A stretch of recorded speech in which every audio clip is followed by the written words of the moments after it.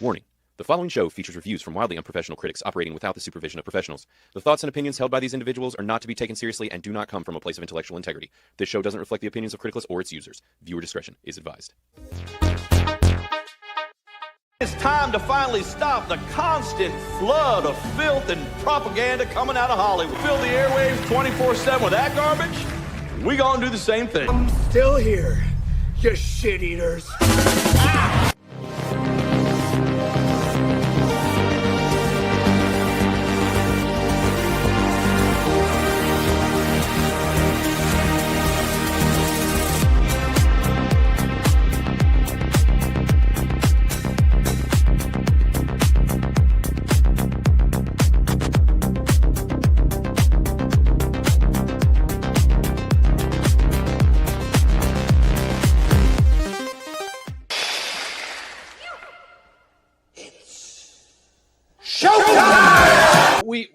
We got it figured out. You know, we've mixed things up.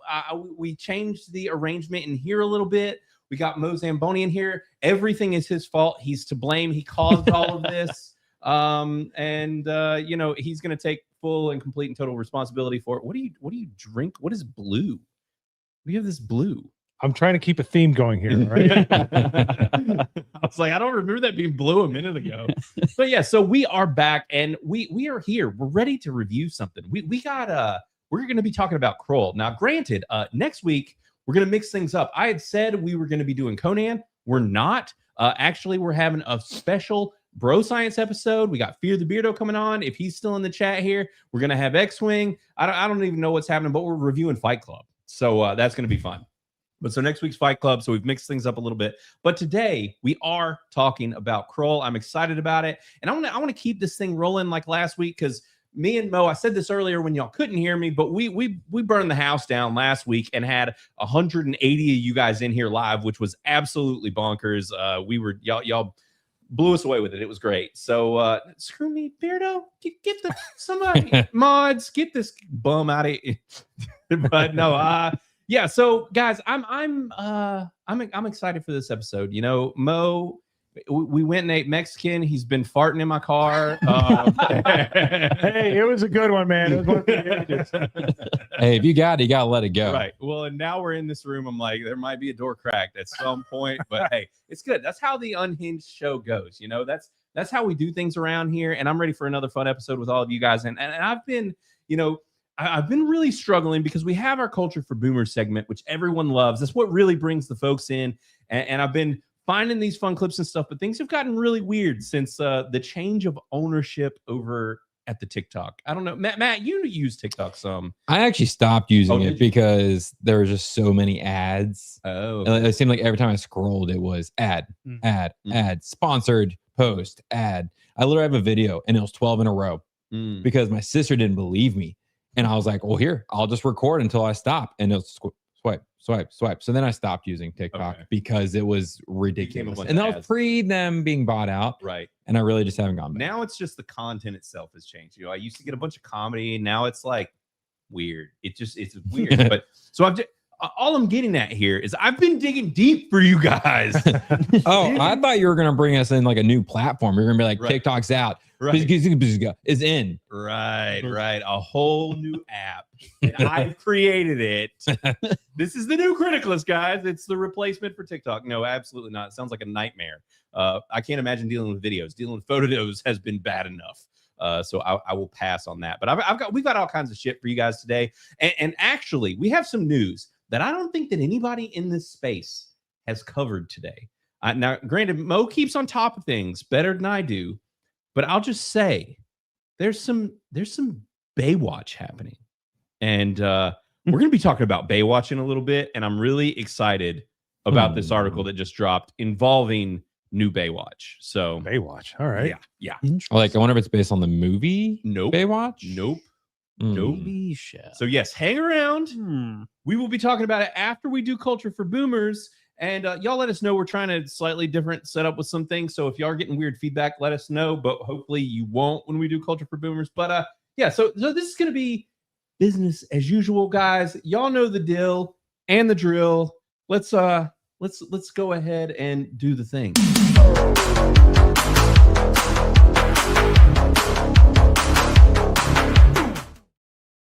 And this is the time where I got to remind everybody to put their headphones on, and Matt gets to get out of having to wear them. So he's going to have nice, cool ears, which I guess actually, Matt, can you plug in that red cable there?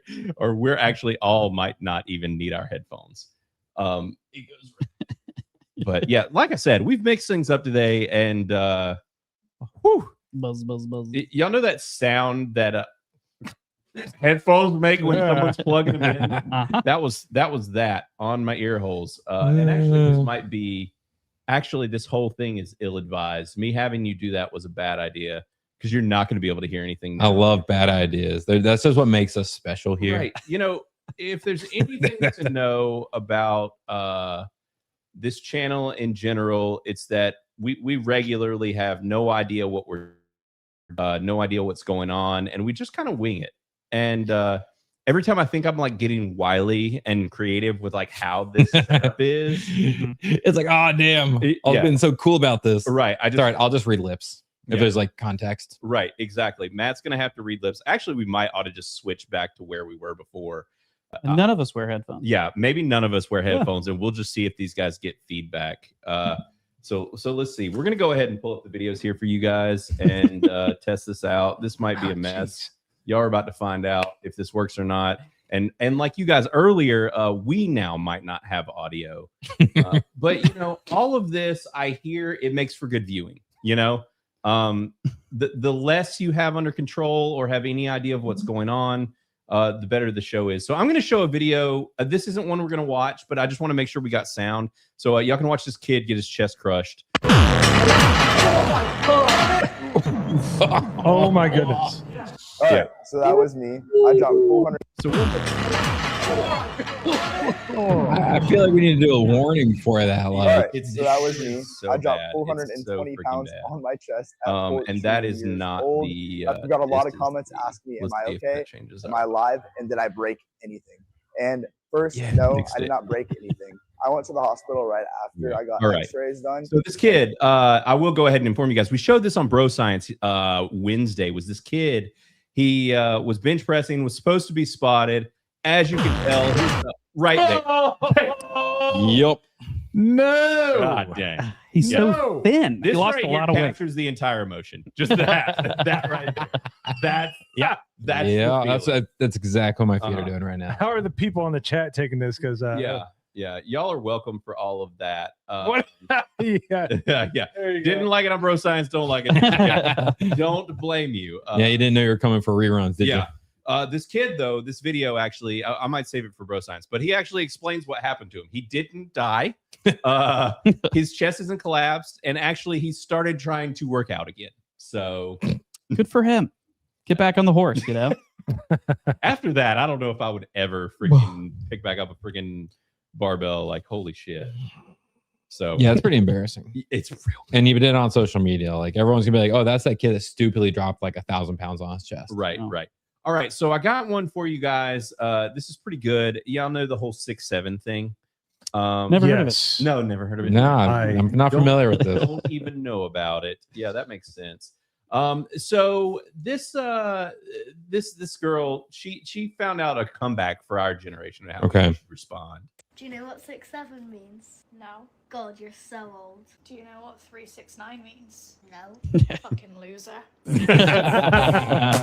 Yeah. 6'7" means? Exactly. Yeah, yeah. That's what you say. You just ask Do them. you know Yeah. what 369 means? No. Fucking loser. And make sure to just say that. That's Yeah. the exact Oh, yeah. response. You know? Yeah. Whether it's your child or anybody else's child, just give it to them. Right, that's right. Just go ahead and expose them to the vulgarity. So that was just to kick things off. But I've been I have a few things teed up here. We'll start light with some nice nerd humor for you guys. This video got 4.1 million views, which shows that there's a lot of people like in our Uber, nerd camp that appreciate the things that we appreciate. Sure. Oh my God! Hi, Karen. So good to see you. So, how long did it take the Millennium Falcon to do the Kessel Run? 12 parsecs. Who's the heir of Isildur? Aragon, son of Arathon. Why does the sword of Gryffindor destroy Horcruxes? Because it's all basilisk venom. Still best friends. Yep.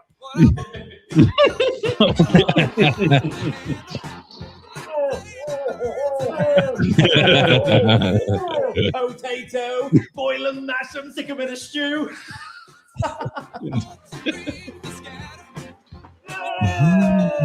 Anakin, my allegiance is to the Republic, to democracy.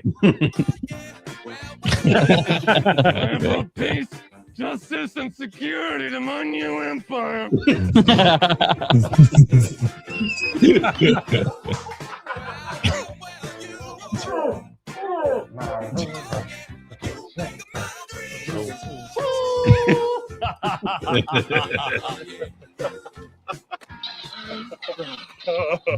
Oh, it's so good. Yeah. So, Very true. Very yeah, true. it's a brilliant skit because that's what happens. They don't.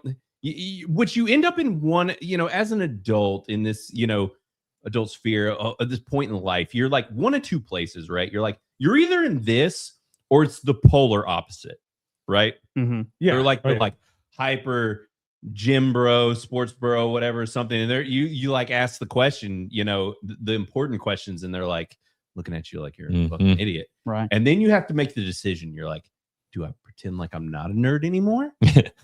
Or do you lean in? You're like, I know the things, the sports things. Well, first off, I mean, especially with this angle, I'm obviously not a gym bro.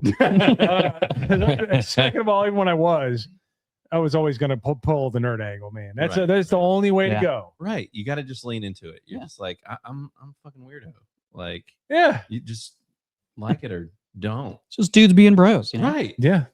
I mean, those are all important things to know, and if the ladies can't get on board with it, then, they just got to go. Yeah. Like we're sitting in a room that looks like a gay enforcer on Yellowstone. Right. Exactly. And, actually speaking of, meeting, that is very accurate.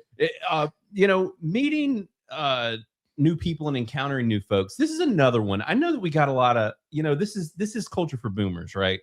And there are a few of you boom booms in here in the chat, and there are a few of you that are like boom boom adjacent. The Gen Xers.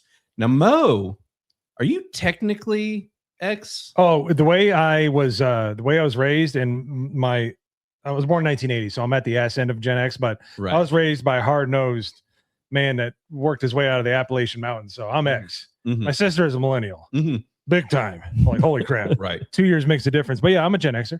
See, and I'm in a different spot, like with my youngest sister, where like we were actually more raised, like it's basically the before the internet and after the internet kids, where it's like right in our age bracket, because we're all near the same age, where it's like we still remember no internet, like, but that's the thing, is like I have a sister that's that way, and she's almost more like Gen Z, like with how she is about things. So it's like there's definitely that divide. But so anyways, for all of you, for the boom booms in here and some of you Gen Xers, do you do this? And if so, do you realize the violence that you were putting on others? Do. Random dude you don't know, total stranger, calls you buddy. Kiddo, pal, sport, chief, champ, big guy, bud. Mm-hmm. I mean, he's trying to one up you. He's out here saying, you're a little man. You're a little bro. I'm big bro. Out here type shit. That type of beat will not be tolerated around these parts. Very true. Me. And out of all those names, all that slander, right here, all that shade, the worst one out there is Boss Man. Bro, you get hit with the Boss Man, you're like, you just made me your bitch in front of everyone, like just right here out in public. That's what I call my boss all the time. Dominate him in public. Yeah. I mean, you call your boss man. That's fine. I was about to say it's content related. I don't like any of this stuff. I had a friend of a friend that was talking to me like he had known me for about 20 years. Right. I suppose my friends, I'm like, look, man, look, buddy. Yeah. Like, you better stop. Yeah. Like look, boss man. Like they earned it. You didn't. So shut up. And they, yeah. So, right. But yeah, buddy, boss man. Hey, dude. Right. Yeah. Dude, I can handle. Dude is pretty normal, I think. Dude, I guess so, but it depends. But I know what you mean. I think it comes to context. Right. Because there's that context where you can be like, I had some friend and he always called everybody boss. Right. He just did it to everybody. I don't think it was like I'm being a dominant guy kind of thing. Right. He was just like, "What's up, boss? Right. What you doing, boss?" Yeah. Just to everybody. So I never felt like it was a dominating thing. But if it's somebody that's like trying to beef with you and you're like, right, "What's up, boss man?" Right. You know, then it's a little different. What about Weather Boy? Is that acceptable? Weather Like, Boy? what's up, Weather Boy? I'd be walking out with my butt facing the other way, out the back door. Yeah, no, that's a whole other discussion there, sir. Pony boy. I do. Yeah, that was the city boy. City Boy. That one too. Yeah. You know, there's I do legitimately call people bud all the time. I will sometimes. It's But- like it's Yeah. Most say it's like it's about the approach. You know, it's how they enter into it. You know? Yeah, bud is like what you call your kid or something like Right. that. That's or like that, sport. You know, sport. that is- Well, yeah, I guess if you're like of the higher echelon, Right. You have a monocle. Hello, sports. You know, but like bud. Hey, what's up, bud? Come on, bud. Let's go, bud. Now they say like old sport or you know, yes, like anything less would be uncivilized. I got an old sport. Yeah, I honestly think I picked up the bud from like hanging out with so many Canucks. Like, Right. They say that a lot, or at least they did to me. That Maybe is it was a that is a nickname that sounds like a slur if I've ever heard one. Canucks. Canuck, you know, that's like Oh yeah, Canadians, right? Yeah, but they have Yeah. a hockey team called Right. Canucks. But Right. it does. That one sounds like a slur. Yeah, it's like it's like the Indiana Crackers or the Washington D.C. Anyway, we're not gonna go. Yeah, there. or the Indians. You know, Yeah. it's a sports team. Right. We can still say it. It's fine. Yeah, you got it. You got it.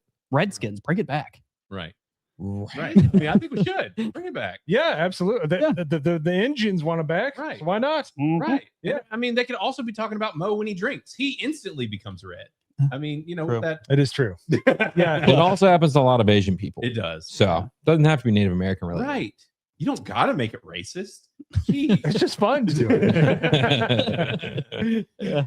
But yeah, Boss man. Oh, I got you, boss man. No problem. I'll take care of it, boss man. I'm not your boss, man. I'm not your man, boss. I'm not the boss, man. You don't gotta call me your boss, man. Fuck out of here. Respectfully. So we should just follow the Aussies and just call everybody cunts. Right. You know, like you're a cool cunt, Right. Right. quick cunt, whatever. That's Yeah. one, man. You drop the C-bomb on some people, they'll about die. Yeah. I said that. No, I'm not saying. Yeah. Said it to my mom the other Yeah. day. That's one of those, like, from our Americans, when you're saying it, you're like, it's got some spice. Mhm. Oh yeah, they use it all over in England. It's just like Right. all the time. Yeah. Right. Yeah. Around I here, they almost say it. feel like that's like the hardest like curse word. Right. Oh, yeah. Because like Yeah. shit and fuck, you can just like get into conversations normally here in the US. Yeah. But you drop cunt and it's like, oh, Right. Just audibly, it hurts. It's like Yeah. it ends with a sharp sound and Yeah. usually ends with a punch. Yeah, Yeah. it does. Yeah. Right. And if you're a grown man getting called a cunt, Oh, you're like, it's over. oh, No, Yeah. no, I'm not. I will not take that. No. That is not going to happen. no, that's a fist No. fight. You're like, all right, boss man, I'm about to Oh, kick you in the teeth. Hit him with the boss man. Exactly. All right, now guys, this one, you know, it hits a little close to home as someone with their ears pierced. I saw this, and this guy, he's really going through it, and he's trying to break it down for everybody. Hey guys, if you are considering piercing your ears, watch this video first. It's super important. Here are 3 names that bullies and co-workers are going to try to call you. Couple comebacks that you can have in pockets. So the first one is that they're going to call you gay, and that's really annoying, especially when you know that you probably aren't. So if you consider coming back after this, it's like, I'm not gay. This will let them know that you're just not gay. It's a good comeback. The second thing that they called me, or you are going to call you, or is that they're going to just try and be like, you look like a girl. I'm not going to lie, this one is a bummer, guys, because I don't know that there's anything that you can say as a comeback for this. And last but not least, number 3, they're just going to laugh at you and ask why you did that. And you can say, well, Pirates and Michael Jordan pierced their ears, so that's fine. But hey, True. Yeah, Bro. exactly. Hey, I spin think that's facts. gonna be okay. And Yeah. just leave a comment if you know how to undo it or. Hey guys, if you're considering piercing, Like the way this dude, just brilliant comedic timing here. I like. Great. How did he maintain just weeping that well? Like I was impressed.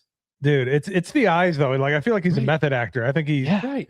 And the meth is doing a lot of the carrying on there. But Yeah, meth. and Put the meth acting, in, yes. method acting. Yeah. Yes. So I'm from Midwest. I can point him out. I can Right. notice him. Yep. But yeah, I respect him. You know, he's like you know, speaking for a friend with this. You know, it's Yeah. a personal account. Like no one's clearly ever called this man gay for having earrings. Yeah.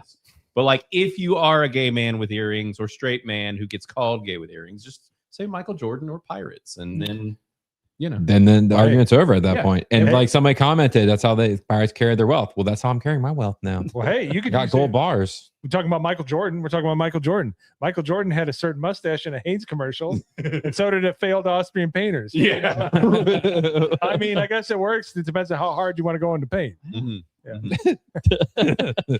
What a great even the on point. Hard in the paint, basketball reference. Hey, talking about. I mean, Look at this guy. wearing Yeah, Jordans. he's a wearing- professional. Right. And they're green. I like There we that. go. Nice. There's some nice green soles on those That things. hurt. My Gen X body is. Oh hurt. yeah, y'all should have seen this crippled old man trying to get into my But car. dude, damn thing's like 3 feet off the ground. I had to get a running start, man. I heard him. You just dive. You just like. You know what? I should have done that. That's a good idea. You know, instead he was sitting outside the door asking his son. He's like, "I might need your help getting inside of this thing." He needs like one of those deflatable like hydraulics they have on the bus line. Right, like the Mexicans, where it's like, yeah, I should probably get those. All right, so I got some Southerners in here. You know, I want to bring things down to the, you know, let y'all know the types of shit we deal with around here.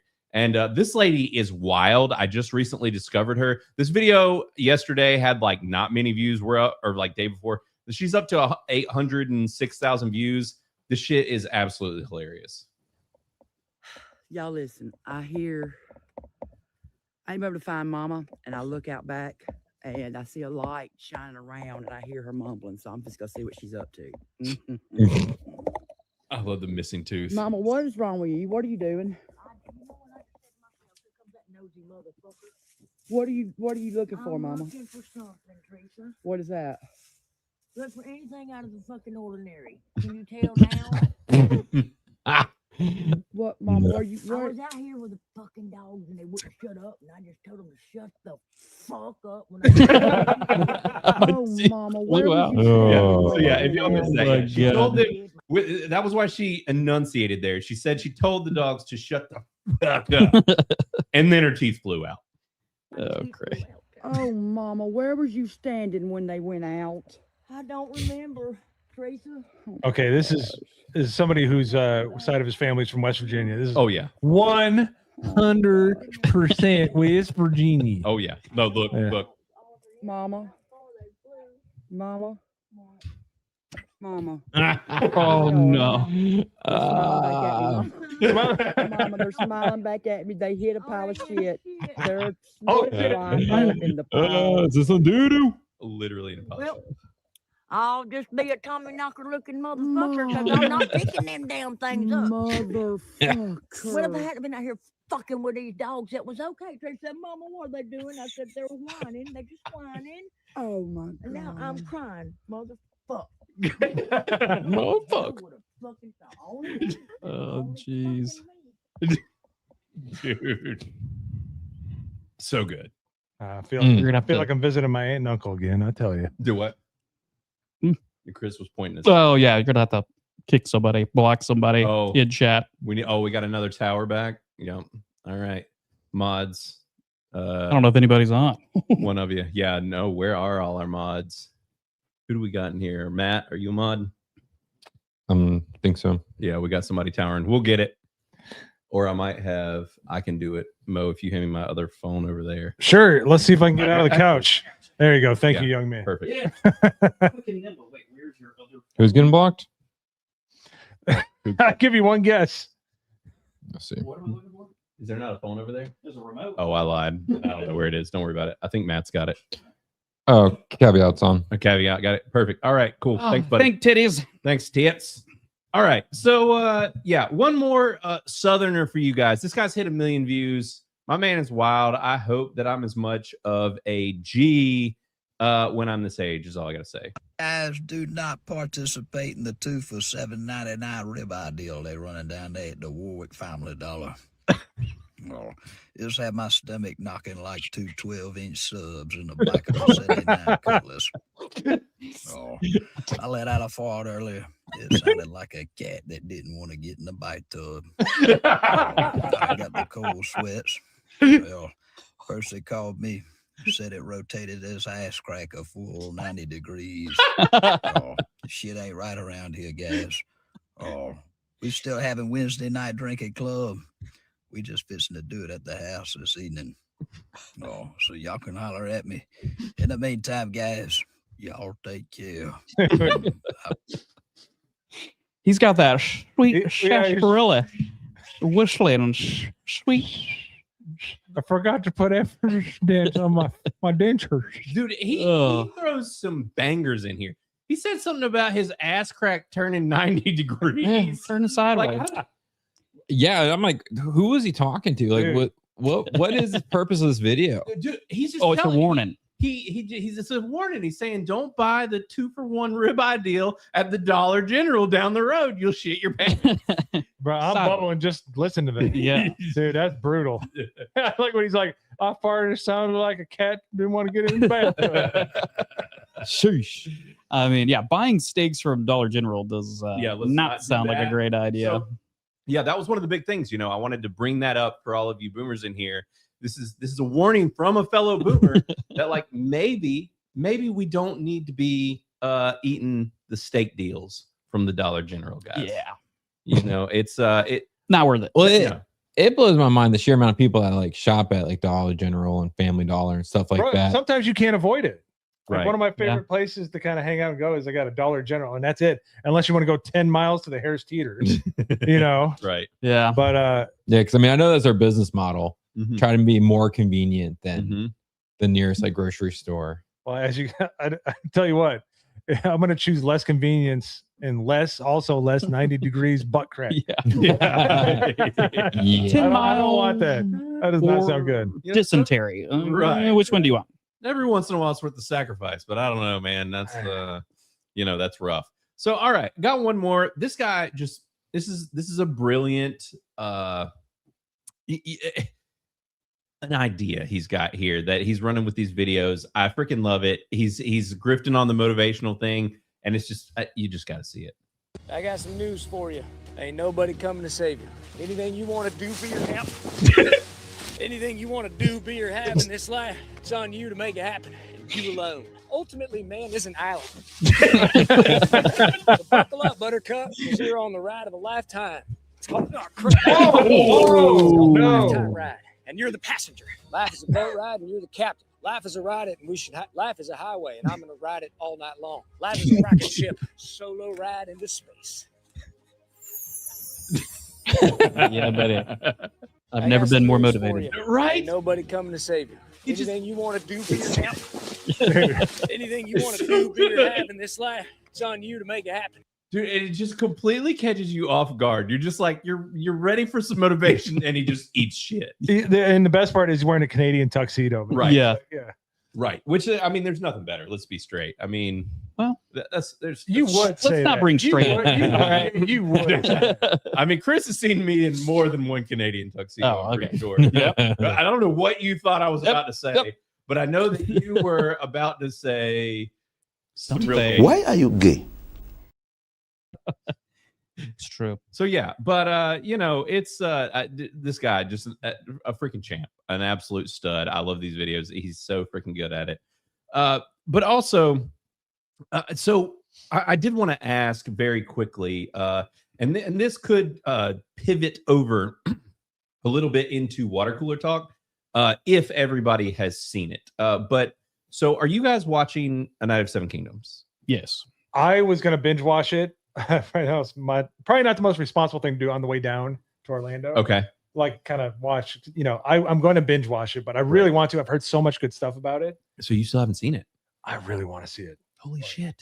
I know. So Chris, you've seen it, right? Or not? I haven't finished, but yeah, I saw 4 episodes, I think it is. But yeah, it's good. Okay. I enjoy And it. I haven't started it yet. What? Yeah. What? Yeah, be like, I'll watch it eventually. Eventually. Yeah, House of Dragons was just This is not. didn't pull me in, and I just haven't been in the mood for like.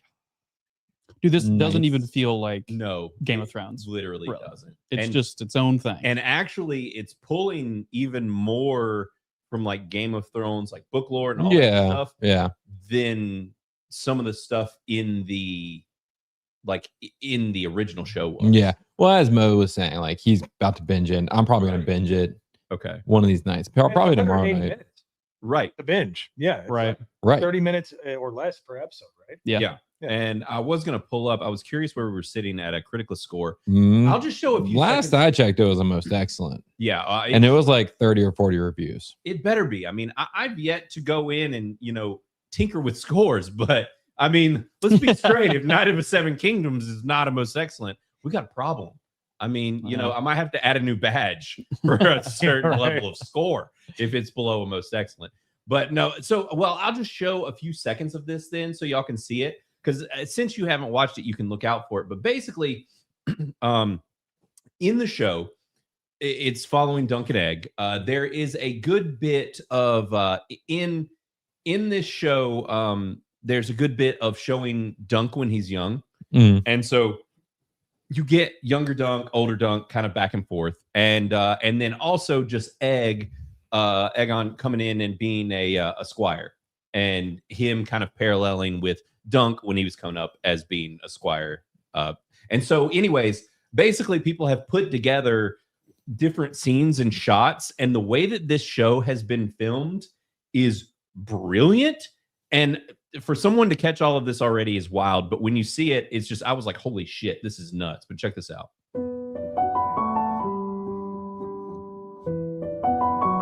So, pivoting back and forth between young Dunk and Egg and young Dunk and Dunk as an adult.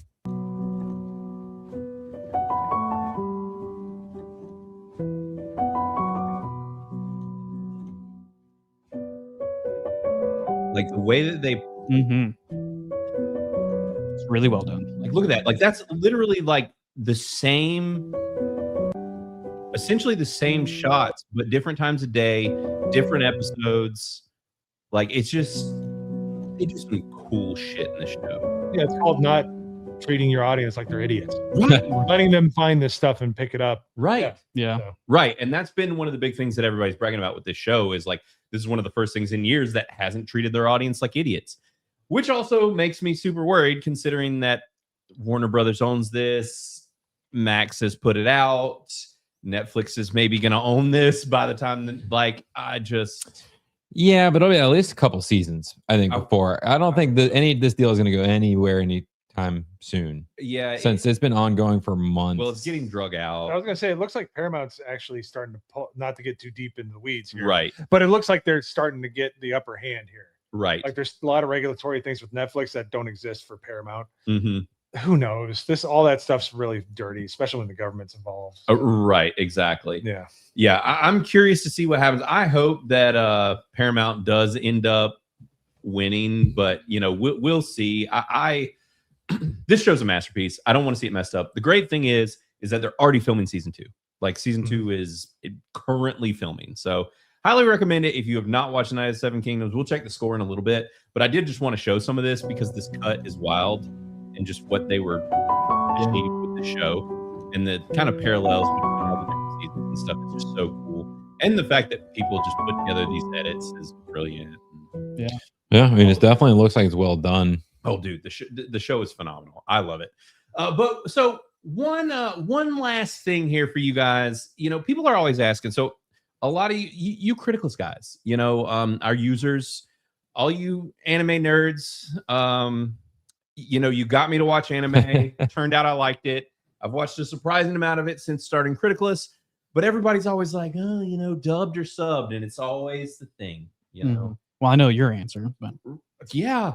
Because you don't like to read. No, I don't want to. Well, I like to read. I don't like to read TV shows unless I just absolutely have to, right? Like there's certain things like that.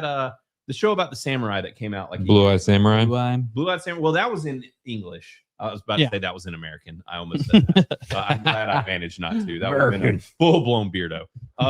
But No, it's no the live action show. Last Standing. Not that Last one? Standing Samurai. The Samurai. Which one? I think it was called The Samurai. I think it was very simple like that. It was The Samurai. God, what Wait, was did you just say live action? Yeah, it's a real And it was show. about Was it the them one where they all had, like like, being the paid to do a competition. Not that one. No. No. Wait, you're talking about the one where it's like where they have the white people come over. Yes. Oh Shit! It was on FX. Shogun. Shogun. Yes, Shogun, thank yeah. you. Not an anime. Not an anime. No, Okay, I'm that's just what I saying- thought we were talking. Sorry, we went down. I thought we were talking about animes here. No, well, we were. That's where it started. Yeah, It okay. deviated. I got you. Yeah. So that show, for example, like that's not a show I'm gonna watch dubbed. You know, Sure. I'm gonna read it. I'm gonna read that show. But most animes, 99% of the time, I just go ahead. Give me the English voice actors dubbed over. Mo, do you watch any anime? I really don't. Hmm. I used to. I used to watch a decent amount of it. It's weird. The one that's got its hooks in me is Fist of the North Star from back in the 80s. Mm. Never watched it. It's like a hyper violent 80s anime stuff like that. Mhm. Yeah. Like I used to watch a lot of the movies, loved Street Fighter 2, the animated movie, but I Right. don't get deep into the weeds on anime. I liked Full Metal Alchemist when I first saw it, but Mhm. I don't know what it is. It just can't hold my attention. Well, not much can hold my attention, but Right. like, yeah, no, but I mean, it's something about the goofy nature of English dubs Right. that I don't want anywhere near like an actual movie. And I Right. love Mhm. Japanese cinema, so I always want subs because you get to hear the inflection of the Japanese. Right. And it's Yeah. different than if it's the inflection of English. It's a different emotion. Like Yeah. I watch Seven Samurai with Right. dubs. Like, are you serious? Right. And that's Yeah. why I think where it differentiates a bit with like, now I'm sure that there's definitely like, you know, the purest of people that watch anime will be like, you know, watch it, Yeah. you know, subbed or whatever. But anyway, this guy hits the nail on the head. I busted out laughing. I was like, holy shit, this guy, this is the thing. This is the real reason why I do what I do right here. You think you can defeat me? I'm much stronger than you. You don't understand that. With the power of friendship, anything is possible. You come at me right now, and I'll this isn't even my final form. You think you can defeat me? Like I'm literally Yeah. that. Yeah. That right there. That's why I don't do it, because I quite often multitask. Mhm. I'll be folding laundry, eating, whatever. And then I turn my head and it's like, what is happening? See, it just makes me have to focus Right. if I'm watching it dubbed because Right. or subbed, because then I can't multitask. So you actually have to sit down and pay attention to it. You gotta put your phone down and be like, all right, I'm watching this. Yeah. Because I'm gonna not be paying attention. I can go either way. The older shows, the dubbed versions are terrible. Yeah. Subbed is Yeah. the best way to I've go. noticed that, Newer like- stuff, they've gotten good Like with One voice Piece, actors. like some of the old ones. Yeah. Like, dude, the English voice actor is most fucking annoying. I was like, I can't do it. Like, I Yeah. can't watch. Well, One that's Piece? why Chris Dude, that's stopped. literally, yeah. I got like 15 minutes of the first episode, Yeah. if that long, and turned it off because So he was so annoying. Dude, the whole thing with like voice dubs in the early like in the 80s and 90s, Right. and even Speed Racer, they're just trying to get words to match the mouth. Mhm. They don't have to make any sense. They're like, I just got oh, like oh. Yeah. It's freaking great. This guy, I was just like a boss. And 3.7 million likes. Yeah, Not views. because I think so many people are like, yep. Yeah. You're like, yeah. Yep. Yeah, I can't do anything else while I'm freaking watching this, or I just miss chunks of whatever. Granted, especially if there's like fighting and stuff happening, you're like, I'm probably okay not knowing what anybody's saying. Like, let's be honest, like I'll be okay. But yeah, dude, killer. Yeah, 24.5 million views on that shit. Yeah, that checks out. Freaking nuts. That is But yeah, so I think that, guys, that's going to be it for Culture for Boomers. We're going to hit up some super chats and then work our way into the news, because like I said, there's some stuff we got to talk about, primarily Baywatch, because I'm excited.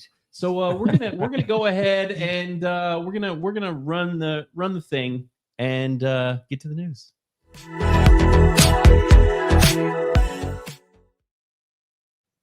Nice. I heard Jay was in the chat. Is Jay in here? Who Jay, what's up, buddy? How you doing, man? Are you alive and back and is he back home? He is. Yep. Okay. We just did a stream earlier. So Nice. Okay. Sweet. Well, I'm glad that you were home and safe and didn't get stabbed by a crackhead, which you said that was the least of your worries. So, Wow. Yeah. Well, he was a missionary for a while. He's been some rough spots. Yeah, once you're like a missionary, you're just like, it's cool. Like, I've seen it. Yeah, literally all the responses were, I'm from Haiti. I went to Haiti. Well, not from, but I was like, I lived in Haiti. Yeah. Right. All right. Right. Yeah, that was his response. Me was not to too. be stabbed by a crackhead. We're like Haitian brothers. What's that? I had no idea. Right. Yeah, because Chris's parents were missionaries. Yeah, I was there as an infant. I don't remember it, but right. Exactly. Well, that's like Clark. Different, but same but different. But when Sid was pregnant with him, we took a trip to Ireland, and she was like 1 month from being able to not fly. And so years ago, we told him, we were like, you've technically been to Ireland. So now he goes around telling people he's been to Ireland. Explain all the freckles. Right. Yeah. Right. For real. Seriously. He is a freckle boy for sure. So yeah, I did want to hit up some of these super chats, guys. We got Subtle in here early on, came in with the 199 and said, had to synchronize their underwear fart sensors. So yeah, That's true. Yeah, Matt, you might have saw that last week. Chris missed it. I watched. Yeah. Sorry. Yeah, they've created fart sensors. It's basically like a butt plug in your underwear that senses your farts. I'm listening. So yeah, my first idea was like, is there a leaderboard? Right. Like to see who gets the most in a day. Yeah. But that's where I think I commented about fart maxing. Yeah. Because that's what I would be doing. I'd be getting competitive with it. I'd be like, all right, some liquid salads and shit. Yeah. Like, let's Yeah, go. he wouldn't wake up like Rocky eating raw eggs. He's just eating straight out of a can of pinto beans. Oh yeah, absolutely. Because that's the thing that we have covered. I was hoping I could find a video. I had saved one recently because there's a guy who specializes on TikTok with specifically fart maxing.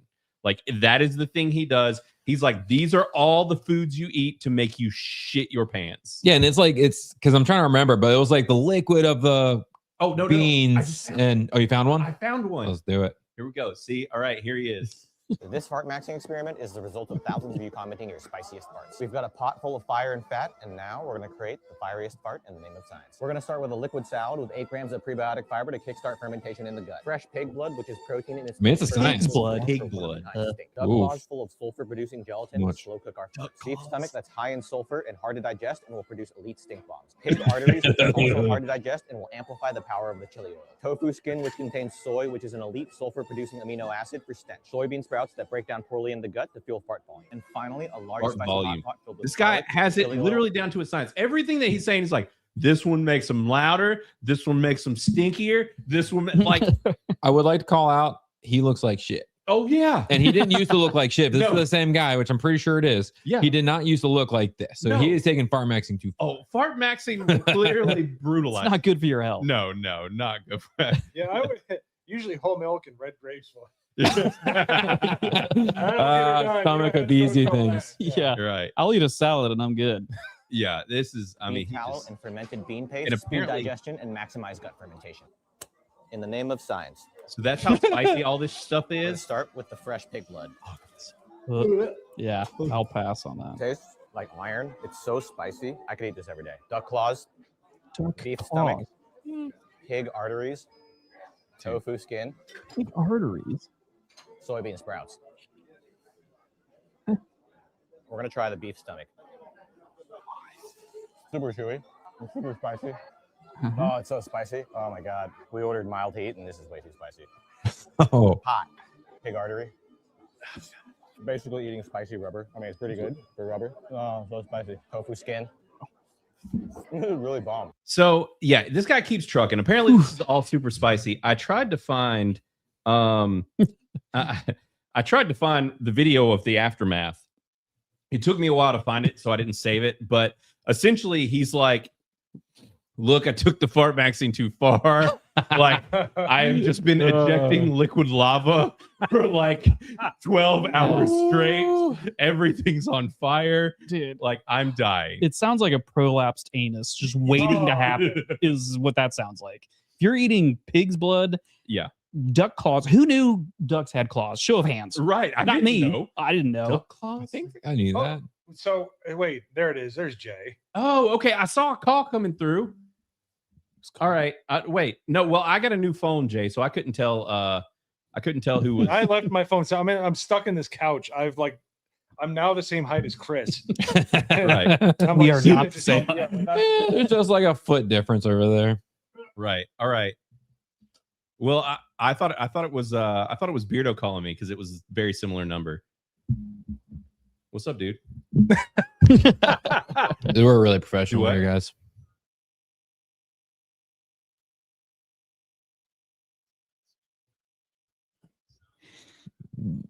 Yep.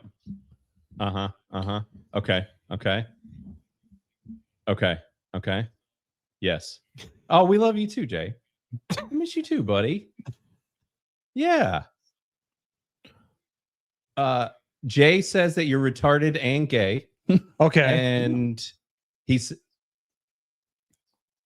no one can hear anything you're saying because you're not talking head on into the mic. And I don't know. With my condenser mic, okay.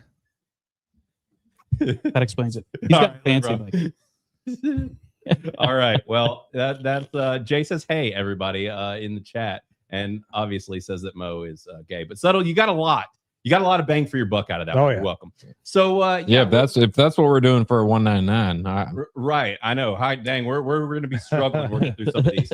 So yeah, but thanks for that, Subtle. Well, we got 5 gifted memberships from Life on Marshmallows. Thanks, buddy. We Thanks, really Marshmallow. appreciate it. Yeah, and you know, just if anybody gets those memberships, welcome to the cult. We've been doing some members only videos here and there, and as always, Life on Marshmallows consistent. We love it and appreciate it. Thanks, buddy.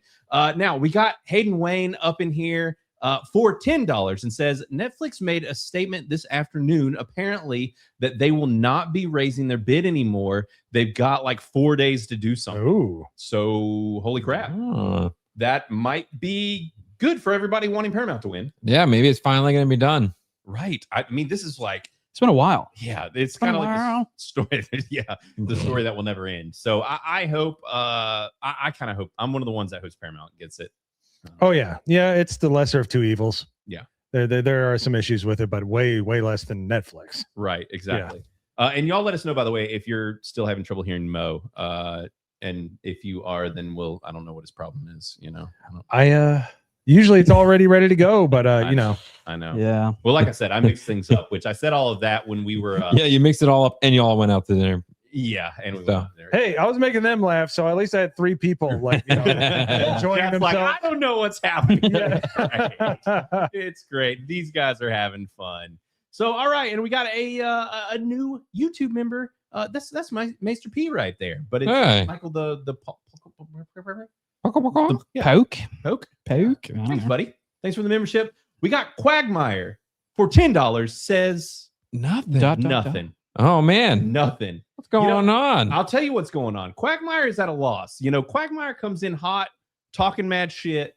Yeah. Every time, you know, because he's a gentleman and a scholar, and he loves to roast us. And I've given him a lack of material lately. So I mean, if you want to super chat and make fun of Chris, call him a homosexual, you won't really offend him. He'll just be like, yeah, I've heard worse. Yeah, right. Or just call, we make fun of Mo. That's why I got Mo here too. Yeah, that's true. I mean, you guys haven't heard anything I've said for the last 15 minutes. Or at least, but that's what you've been getting by with. They just didn't know what you're saying. The one time I surgically removed the phone from my hand, big man tries to get a hold of me and he's like, hey, stupid, like talking to the microphone. You're right. Yeah. Well, it's probably going to haunt you for a long time now. Well, thank you. Well, after 2 years of streaming, right. Good time to start sounding okay. With these mics, you got to get right on the tip. Oh, the Rode mic lets you get away with so much. You can be like over here. Right. Yeah. But like with these, apparently it's like, I got to wind them and dine them. You do. Yeah. You gotta just give them a little gentle caress. Don't forget the, stroke and poke. You know what I'm saying? And it'll work real great. So yes, we appreciate it. Now we got another one from Hayden Wayne for 20. Oh, man. That's what I'm talking about. Thanks, brother. Really appreciate it. It says newer anime dubs are a problem. The localizers who translate the scripts for the VAs don't speak Japanese 99% of the time. They use ChatGPT. Then they change context of important scenes and even characters and make some trans. And I have been seeing weird shit like that in anime that like used to would have not flown. And I've wondered too. I'm like, is this just like the end? Like Are they making it weird when it was like not meant to be weird? And keep in mind, this is coming from a VTuber. Yeah. Yeah. So yeah, a VTuber telling yes, it's very weird. Yeah. When a VTuber says it's weird, it's weird. It's weird. It's weird. So yeah, Hayden Wayne, thank you very much. We do appreciate it. Thanks a ton. And we got a twofer from Janky Kong. It says, has anyone else been watching the Pendragon cycle? Have you guys? Is this the thing that's on like the really like? Oh, okay. No, I've seen the ads for it, but I have not watched it yet. I have too. I have not watched it. It honestly looks pretty good. But I'm just not a Shapiro fan, and I'm not trying to daily wire it up to that be the only way to see it. I would almost, if they just like put it out somewhere, we're like, hey, give us $20 or whatever. Like, I'd rather just get the season and like watch it. I don't really want to sub to the Daily Wire to get it, especially because of how Daily Wire handled their memberships a while back and stuff. At one point, we did sub because we wanted to see Gina's movie that she did with them, the school shooting movie and stuff, and a couple of them. And we subbed to it, and then they like doubled their membership price, and we're just like, oh, by the way, we charged everybody in, we're not paying anybody back for it. Like, it was a shady, like, ooh, that's a bad business model right there. So and that was when things were going sideways for the Daily Wire. Well, they're still going sideways for the Daily Wire, to be frank. But yeah, so I don't know, I haven't been watching it. Janky, let us know what you think of it. It looks cool. It was supposedly like a passion project they'd worked on a long time.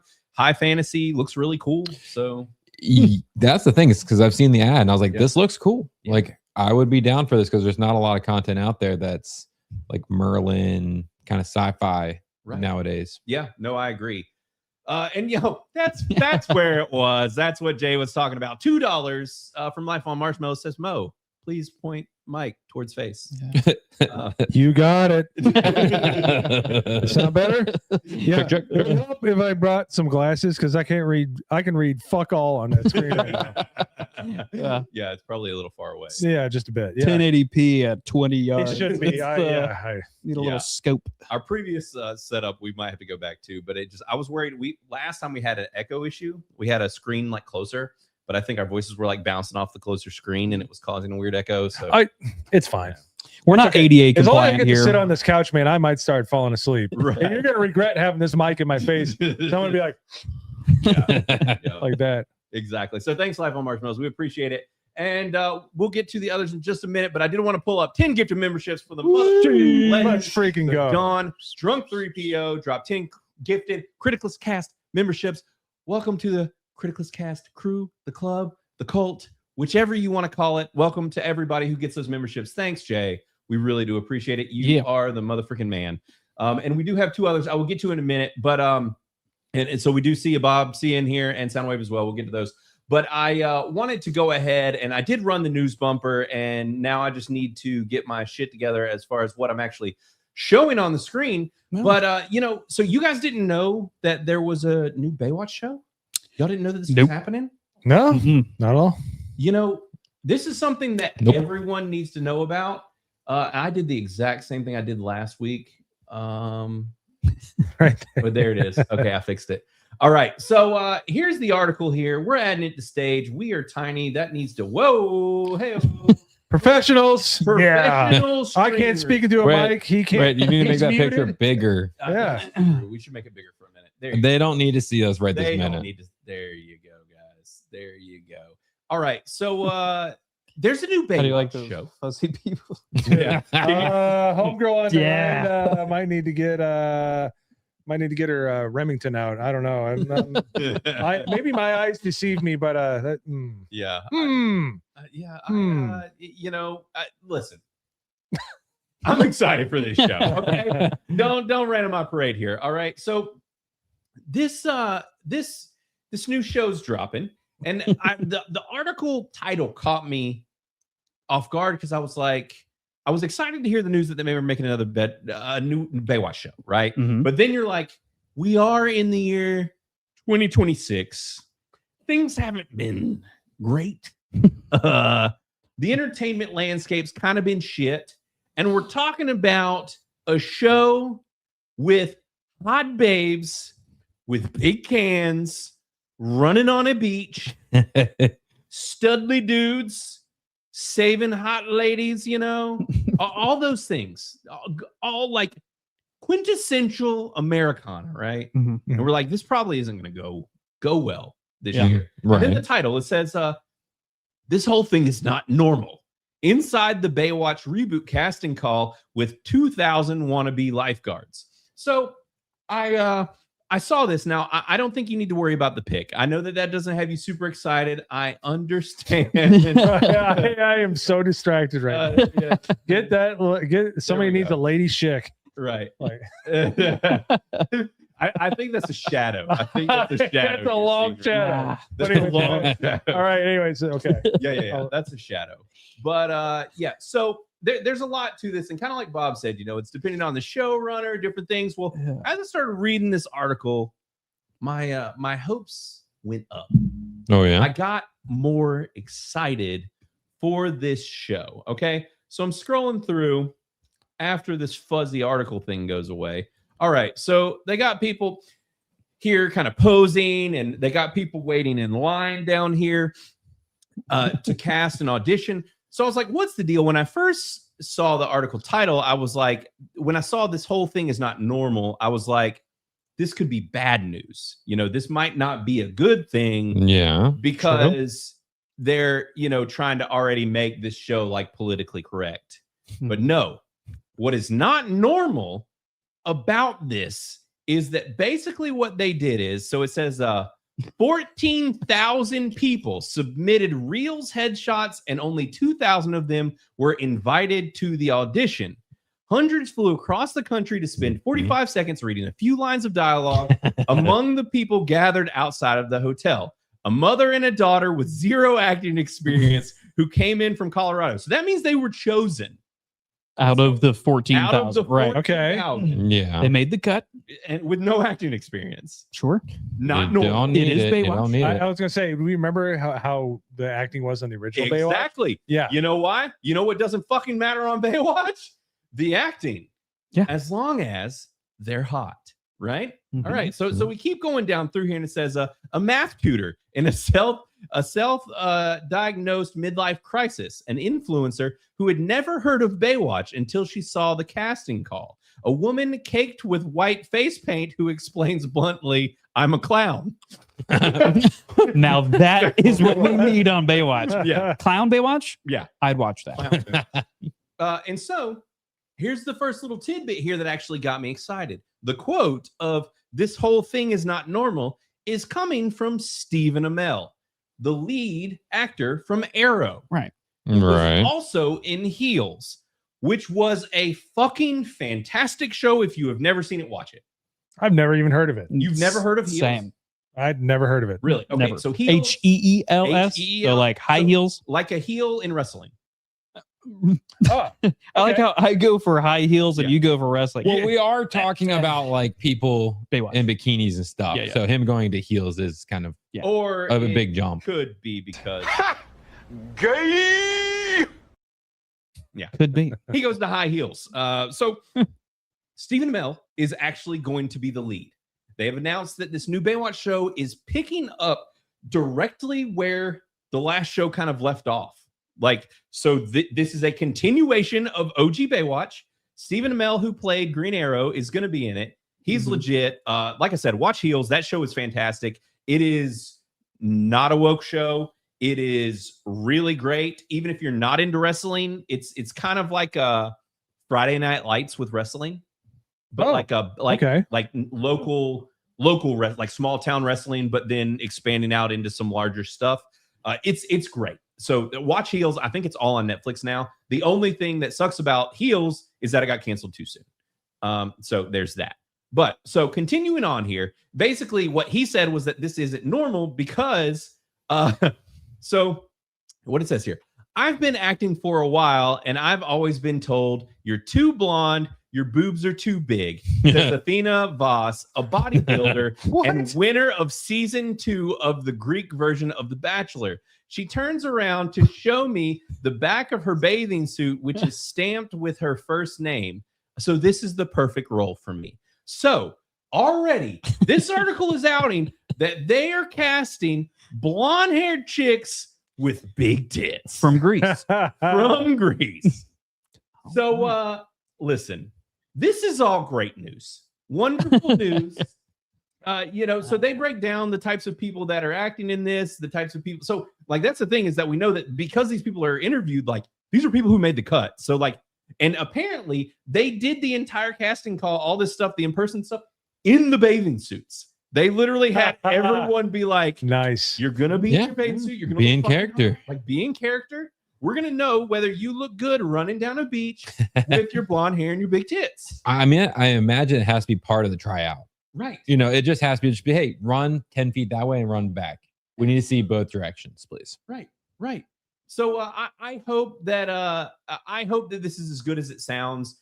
They break it all down. They kind of talk about the movie and all of that stuff, but a lot of it is just about the casting and like I said, just these types of people who are kind of auditioning for this. It sounds like it's like bodybuilders and people that typically, and so like that woman, her point was like, we have reached a point in film and stuff where they're not casting people who look like her because they're hiring ugly, fat, weird people. Yeah. In freaking everything. True. So it looks like they're going true to form. They're going back to old school Baywatch, which is what we all want. I recommend checking. Now, that doesn't look like Baywatch to me, guys. Something's going on here. What the hell? I just imagine her trying to save somebody. It's like she has like a 4-wheel drive, like big wheel one. And she's just They driving do have down the those big beach. wheel things. They do. Yeah. I always wanted to ride those, like on the water. On the water. Yeah. Those like floaty tricycles. I thought you were talking about a wheelchair. I was like, they're well. Ride a wheelchair. I mean, it technically is, but it's kinda like the wheels are like 2 feet tall or 3 feet tall because they're just made for like going on the beach. So I'm excited about this. I hope that the show's awesome. I'm excited that it's it's Stephen Amell showing up for this. I did see an interview where he was asked, they were basically like, hey, so are we getting Pamela back? Are we getting the Hoff? Hey, look, she looks great for her age. I don't not need to see her in a bathing suit. I don't know if we need that. But let's be straight. We know that Pamela and the Hoff are going to show up for anything. Like, there's no way, especially being that this is a direct continuation. Like, it's definitely, we're going to see them. There's no way we're not. So what was your favorite, like, I don't know, story arc within the original Baywatch? There was one episode with a clown, actually, and a monkey. The clown had a monkey. Okay. And the monkey escaped. The clown went to save the monkey. Yeah. He fell in the water. He almost drowned. Mhm. And then they got that sick ass boat and had to save it. Sweet. Yeah. Dope. That was great. Yeah. I can only remember that because I've recently watched Baywatch. Yeah. All right. Well, because funny enough, so there's a channel. If you have Samsung brand TV, they have like TV channels, and one of them just shows like Baywatch all day. And of course, my son discovered it. He didn't know what Baywatch was, and he was like, "Holy shit, what is this magic?" Oh wow! And I was like, "Get ready." And because were you guys like, did y'all watch Baywatch when you were kids? Like, no, I didn't really watch it. I remember the one episode, the last one I saw, which was like decades ago. There was a blonde chick drowning in the ocean, but her eyes were flickering. Like she couldn't even pretend to have her eyes closed. Like I just remember it was so corny. Yeah. It was, I mean, it is what it is. Yeah, you'd watch. I mean, Pam was good looking. I can't remember the other girl. She was in the Beverly Hillbillies movie. Right. Erica something. She was good looking, but.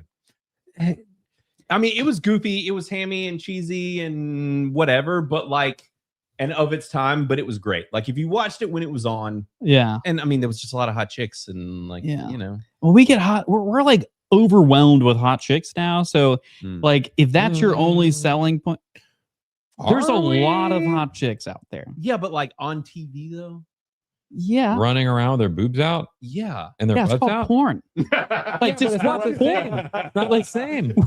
Well, I mean, like, what are you talking about? Just go on X or TikTok or whatever. It's like, not the same. Is it not? No. All right. Well, because I mean, them running around bikinis is like, hey, here's a forbidden thing you're never going to see naked. Well, but you Porn's different. Well, I mean, you if can a see porn Pamela star, naked. sure, but right. Pamela did a porn mystery. All right. it's the mystery of the Baywatch. You know what I'm saying? You're like, Yeah. and then the leaked sex tape comes out of whichever cast member, like Pam, and you're like, now I know. Yeah, that was pre-internet. Well, it was Tommy internet, but it Lee. was pre-uploading to the Right. Did y'all see the Oh, yeah. You watched it with the talking penis? Oh, you're talking Not about her with video. Tommy Lee? Yeah, no. So okay. What? They I'm sorry. What the hell? You gotta okay, we're going places. Rewind. Elaborate.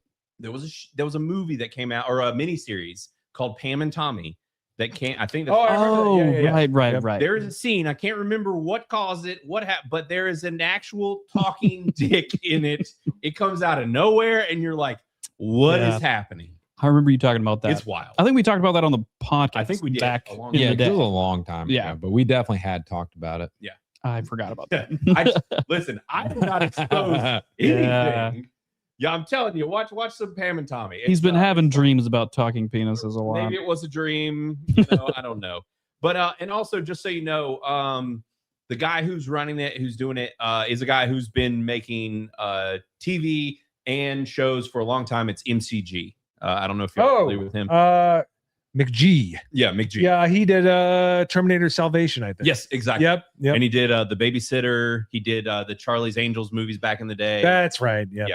So he's done some things that I think, like, I don't think he's gone the way of like the woke Hollywood stuff. I don't think so. He's probably the right person for the job. I hope he does a great job with it, and I hope it's awesome. So we'll see. But now you guys know about.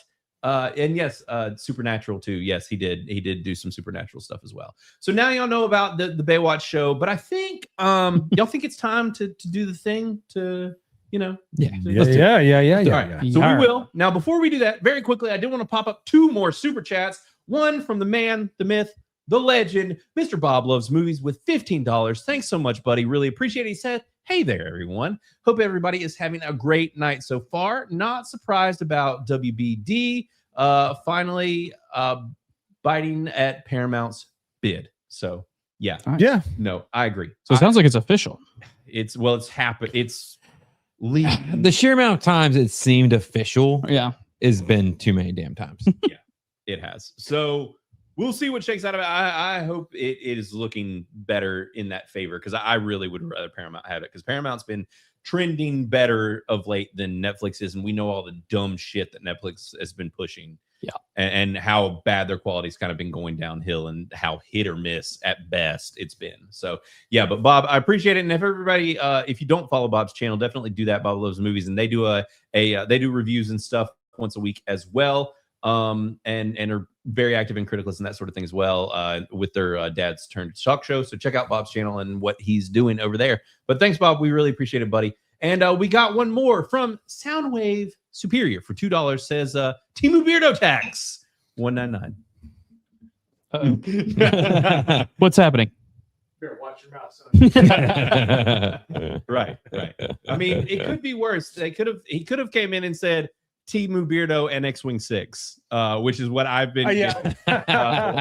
So since X-Wing's 5, is taken, or just Timu X-Wing, But hey, you know what? Maybe X-Wing is just a Timu Blaine. Maybe that's what it is, and maybe Beardo is just a Timu Mo. I'm just saying, everybody's like, oh, doppelgangers and stuff like that. You do realize I'm like literally a decade and a half. That's not being very nice to Beardo. I'll take it. You look like a 30-year-old. Oh, well, shit. Sorry. Yeah. Excuse me. Right. A choppelganger. Yeah. There are choppelgangers is what they are. Have you heard that one?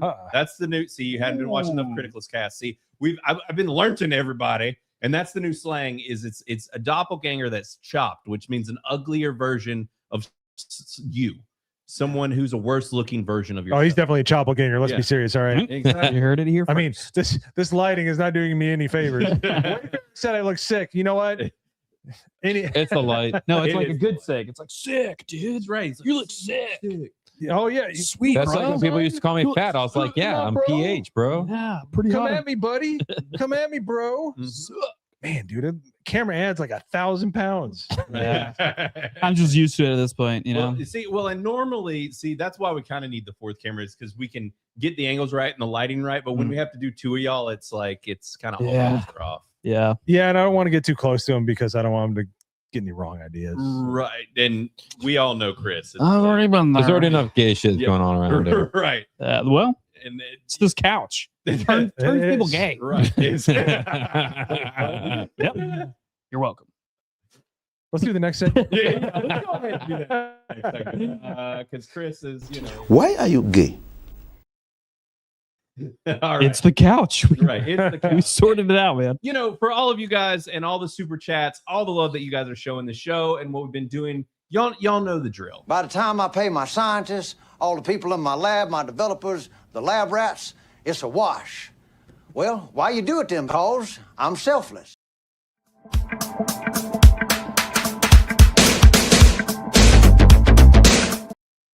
Dude, the bass is the bumpers are always loud. I know our bumpers are like louder. I wonder to chat like if our bumpers are louder than other stuff, But yeah. I was gonna say that. I was literally gonna say it. I'm glad that one of you guys did it instead. Yeah, I had Chris run around with a bathing suit on. And I'm happy to report his boobies were quite jingly. Yeah. Jingly. And hairy. Yep. Yes. Those are some hairy tits. Yeah. But he failed his Baywatch casting. The clown mask just didn't go over well. The good news is he did get cast for Gaywatch. So be on the lookout for that. Be on the lookout for the next season. Or not. Or not. How about not? How about no? How about not? How about no? How about no? Yeah, how about that? So, guys, I did run the spoiler-free bumper, and I think we will. We'll do a little bit of spoiler-free, but I mean, I think that this movie's been out long enough that if you're worried about spoilers, yeah, you got bigger problems. But also, this movie is like a heroin-fueled fever dream. So to really, with the spoilers, I don't know if they'd matter. They don't spoil. It does not get the point across. That's the great thing about this movie. Right. Yeah. Right. You gotta the plot is not the point. No. It's the journey. It is. It's the getting there. And there's a lot of getting there. It's them walking a long way. It's more than Lord of the Rings. Yeah. Getting there. They really, it's some wild shit. So, and yes, as I see, for Tunkala, is that how you say that? Tunkala? The Tunkala. Tunkala. The Tunkala. Yeah, Liam Peason's in it. We get to talk about Peason again. Peason? Yeah. Oh. Liam Peason. Okay. That's his nickname. I learned that last week. Yeah. From Bro Science? Yeah. All right. Yep. I thought you were just. He keeps coming up lately. No. There's a reason. There's an internet nickname. We all love Liam Neeson. Because he's got a big penis? No, he just pees his pants a lot. Yeah, he had a problem with peeing his pants. Like as an adult. Yeah. Oh, cool. No doubt. Yeah. Maybe I'll pull Sam, who doesn't pee their pants all the time? He's a little older than us. Yeah. I think we'll excuse it. I think he just would I get thought it was like a long term, like he's done it his whole life kind of. It's been like last like 10 years. Yeah. He just drinks himself until he it's pees. basically just that he gets blackout drunk and pisses his pants in public and then just, Yeah, he's Irish. Yeah. Yeah, right. He's Irish. Exactly. Yeah. We've already covered redundant. Supposedly, we'll say that. A rumor has it, but I don't know that he's still doing it. Maybe he's quit drinking as hard. But yes, this movie does have Liam Neeson, and it was one of those things where he popped up and I was like, yeah. Is that Liam Neeson? And then I was just waiting. Yeah, me too. I was waiting for like, him, and I was just like, maybe he didn't look how I thought he used to look. Right. Because I kept thinking he might be the lead guy, and I just forgot how Liam Neeson looked. Nope. And then he showed up eventually as like a side guy, and I was like, oh, okay. Well, I'm not crazy at least. Right. That is what's weird about it though, is that like he's in one of the first names listed for people starring in the movie. But he's like I wouldn't even say tertiary. Like he gets murked. Yeah, but he's so far he's like one of the first ones. Yeah, he's like one of the first ones to die. Yeah. Too. So I once he spoke, I was like, nope, that's him. That is absolutely him. So they actually gave his name early on in the movie. Yeah, if you watch the beginning, it's just whenever it's showing the credits for who's in it. Like he's in the first section. I think it's one of these ones where it's by order of appearance. Right. Obviously, because he's barely in the movie. Yeah. Yeah. Right. Yeah, he was great. The bit that he was in it. Yeah. And it's like his little braid thingies, whatever those were Mhm. going on. Yeah.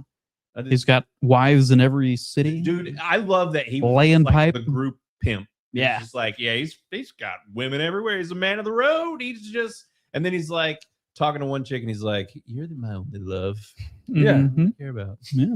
So yeah, he was fun. But anyways, yes, back to actually, I guess I should pull up the details on this thing.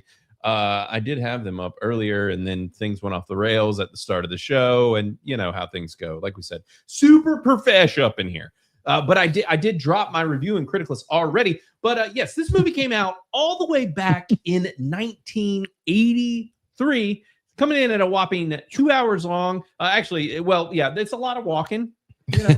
There's a lot of filler in this movie, as much as I love it. So much. Like, how long is it going to take to get these damn horses? Right. That was like absolutely like, dude. We gotta get to the flame. My problem was I watched it on Tubi with commercials. Oh, It no. made it 3 hours. Yeah. I kept being like, how is this still going so when we did on? Adventures at 1010 for Monday Hangover, the commercials, and it wasn't even good commercials. And that wasn't Tubi. It's that other fucking app that's a nightmare. Pluto. Pluto. Yes. Pluto isn't. I'm pretty sure it was Pluto. It was I've one of heard them. I think it Pluto's was Tubi. worse. There was one. It was a commercial like every freaking. And it was minutes. like a 90 minute. It felt like it. Yeah. 90-second, 2-minute break. Yeah. And it was brutal. And it would be like, and they would at least put it in spaces where it didn't really matter, but it was still like, it was insane. Yeah. It was a long. It stretched it out. I know. I keep hearing people be like, I'm just gonna start using like the free apps. I'm tired of paying for. I'm like, look, my time is worth way fucking more. I'm either. When we're getting to this point, this is worse than cable. I'm either going to pirate this shit or I'm going to just freaking pay for it and like buy it or whatever. Because I'm not sitting through an hour and a half of commercials for an hour and a half movie. Oh, real quick, since we're talking about the Black Pearl, you mateys. Yes. So my favorite VPN, yes, and I won't throw it out. Well, I like Windscribe. They're awesome. They got a great sense of humor. So Windscribe is the best because they just make fun of everybody. Anyways, they had a competition during the Olympics, and they said, okay, whoever guesses this semifinal score and who wins gets lifetime subscription. Well, guess who? Are you serious? The Canadian semifinal versus Serbia, I think is what it was. Yeah. Or Czech. I don't know those damn countries. They keep check out my melody. Yeah, I correctly guessed it, and it's on Twitter, and I got a lifetime subscriction. So really, hell yeah. Nice. Not mad, but yeah. dope. Yeah. So awesome. So lifetime. Yeah, so I needed to kind of watch this movie a little faster. I've seen it so many times on HBO growing up. Right. I was like, I'm running out of time. So right. To make it go at a faster speed, you kind of need to, Yeah. I don't know. But anyways, I was like humble brag. I could, I get the score, and I won like a lifetime subscription, which is like $70 a year. That's badass. That's so crazy. That's amazing. We're gonna be in Vegas later this year, so I might have to try it again. Right. So, hell yeah. Shit. Yeah. That's wild. That's super cool. But yeah, so with this movie, what movie are we going to talk about? We are talking about Krull. So yeah, we're talking about Krull. Came out in 1983. Now, the thing about this movie, I did not know. So this is Fantasy February is what we've been calling it. A lot of the Criticless users have been doing it. That was why we joined in with you guys and wanted to do some fantasy movie reviews. And this came up. Mo was really wanting to watch it and do it and talk about it. Oh yeah. This honestly feels like something we would end up doing on Monday Hangover, but we beat the Monday Hangover to it. But before I get into any more of that, Zwani is out here dropping the freaking bank. Yeah, we got pause here. Yeah, with a 50. Yeah, Zwani, that's what's up. We really appreciate it. And she said, seriously, why? She said, I made it through the entire movie, but dang, it was rough. The spandex on the main character was so bad, and he was not hot at all. There were bro science worthy men in the 80s. If it's going to be this bad, at least give me fire. Fair enough. Look, first off, blame Mo. As we said earlier, it's all Mo's fault. But hey, the girls were hot. Maybe that's right. Maybe that speaks well on Mo. He wasn't looking for the hot dudes. Yes. He was like, I'm just trying to find the babes. And even the old crazy, scary Grandma Crone lady ended up being hot. Yeah, she's good looking. Yeah. Now, granted, the ADR in this movie is fucking atrocious. It's not good. No. If you don't know what ADR is, I don't know what it abbreviates for. Do you, Mo? I don't know. I've always tried to figure it out. I don't know, but it's like basically off-camera speech. Yes. So basically what happens is in a movie, they call it ADR when somebody has to come in and they change the voices. Or they just, like if the audio was bad when they were filming or whatever the case may be, and they end up talking over the voice that actually was acted. Right. Now, I did find out because I looked it up because I was like, there's so much ADR in this movie. Like, I've never seen this much. Apparently, the girl, the cute princess, Lissa. Mm-hmm. So Lissa apparently had too young of a sounding of voice, and they actually ended up removing her voice and having a woman with a more mature voice dub over her because they didn't like it. So she was in this whole movie and doesn't ever get her voice heard. So kind of wild. Wow. I honestly didn't even notice. Yeah. That wasn't that bad. I didn't notice it. Oh, it's I didn't notice it either. Really? Neither one of y'all did? I kept looking and I was like, that's not her voice. I was like, and I was like watching, and there were like certain lip movements, but it wasn't just that. There was plenty of other ADR of like, especially the lead and like other people where it was just like their mouths would be moving and the words weren't quite right. But it's like in that era, in like the 80s and stuff like that, late 70s, early 80s, they did that a lot, especially in like sci-fi movies and stuff. They were focused on getting the sound effects and the stages and so like there's a lot of re-recording. Right. Like certainly, and it's kind of campy and it's kind of endearing as far as I'm concerned because it's because it's one of those things that makes an 80s movie just kind of like special this day and age. You're like, because then there's a lot of stuff in this movie where it's like it's special because it was done then. If they made a movie now with like half of like the poor CGI and like sets and stuff, it would just be like, this is a garbage movie. Right. But the 80s camp of it is what saves this movie. It's kind of like Masters of the Universe. And we talked about that last week. Like there is a charm to Masters of the Universe as much as Mo hates the movie. I hate that movie. Oh, hate. He loved because I watched He-Man and did all, and not to get too far into it, but let's put it this way. They did him dirty. All right. Right. Yeah. It's not really a He-Man movie. It's not even exactly a Masters of the Universe movie. It's just kind of a high fantasy film that migrates its way to Earth. So yes. But and I will say once again, Zwani, thank you so much for the 50. Yes, thank you. I hate that you were deprived of the hot dudes in this one. I do get it. I do hear you. You were, and with all the spandex, you'd think they'd at least have like gotten some solid bulge in there, to really. Well, and they didn't even bother like the villain. I mean, he looked crazy, but it's the best part. Dude, it would have been cool if he like transformed into like a hot guy or something. Right. So then the girls could be like, ouch, like, and they're right. Yeah, Blaine wants to see bulge. I'm just acknowledging. Hot man you got for right now. We're right here, baby. Yeah. Just from here up. Right here. Hold on, let me scoot down a little bit. But yeah, yes, I agree, Dr. Manzor. I do also prefer Masters of the Universe over Krull as well. Yeah, but it's the nostalgia. I have way more nostalgia for Krull. Right. Yeah. So I understand. That's cool. It makes sense. Now, I will say this movie's fun. Now, the interesting thing about Krull is, so this was recommended for Fantasy February. It ended up on the list. I was like, I thought that this was a full-blown sci-fi movie. Mm-hmm. I've never seen the merger of sci-fi and fantasy like this before. Medieval fantasy, by the way. Medieval fantasy. But that's why I love it. They really, really tried hard. They did. And that's kind of like the downfall of it, is it was a very ambitious idea in 1983. And you can kind of tell they didn't quite know what they were doing, especially when it came to, because my biggest gripe with the movie is the battle scenes. Right.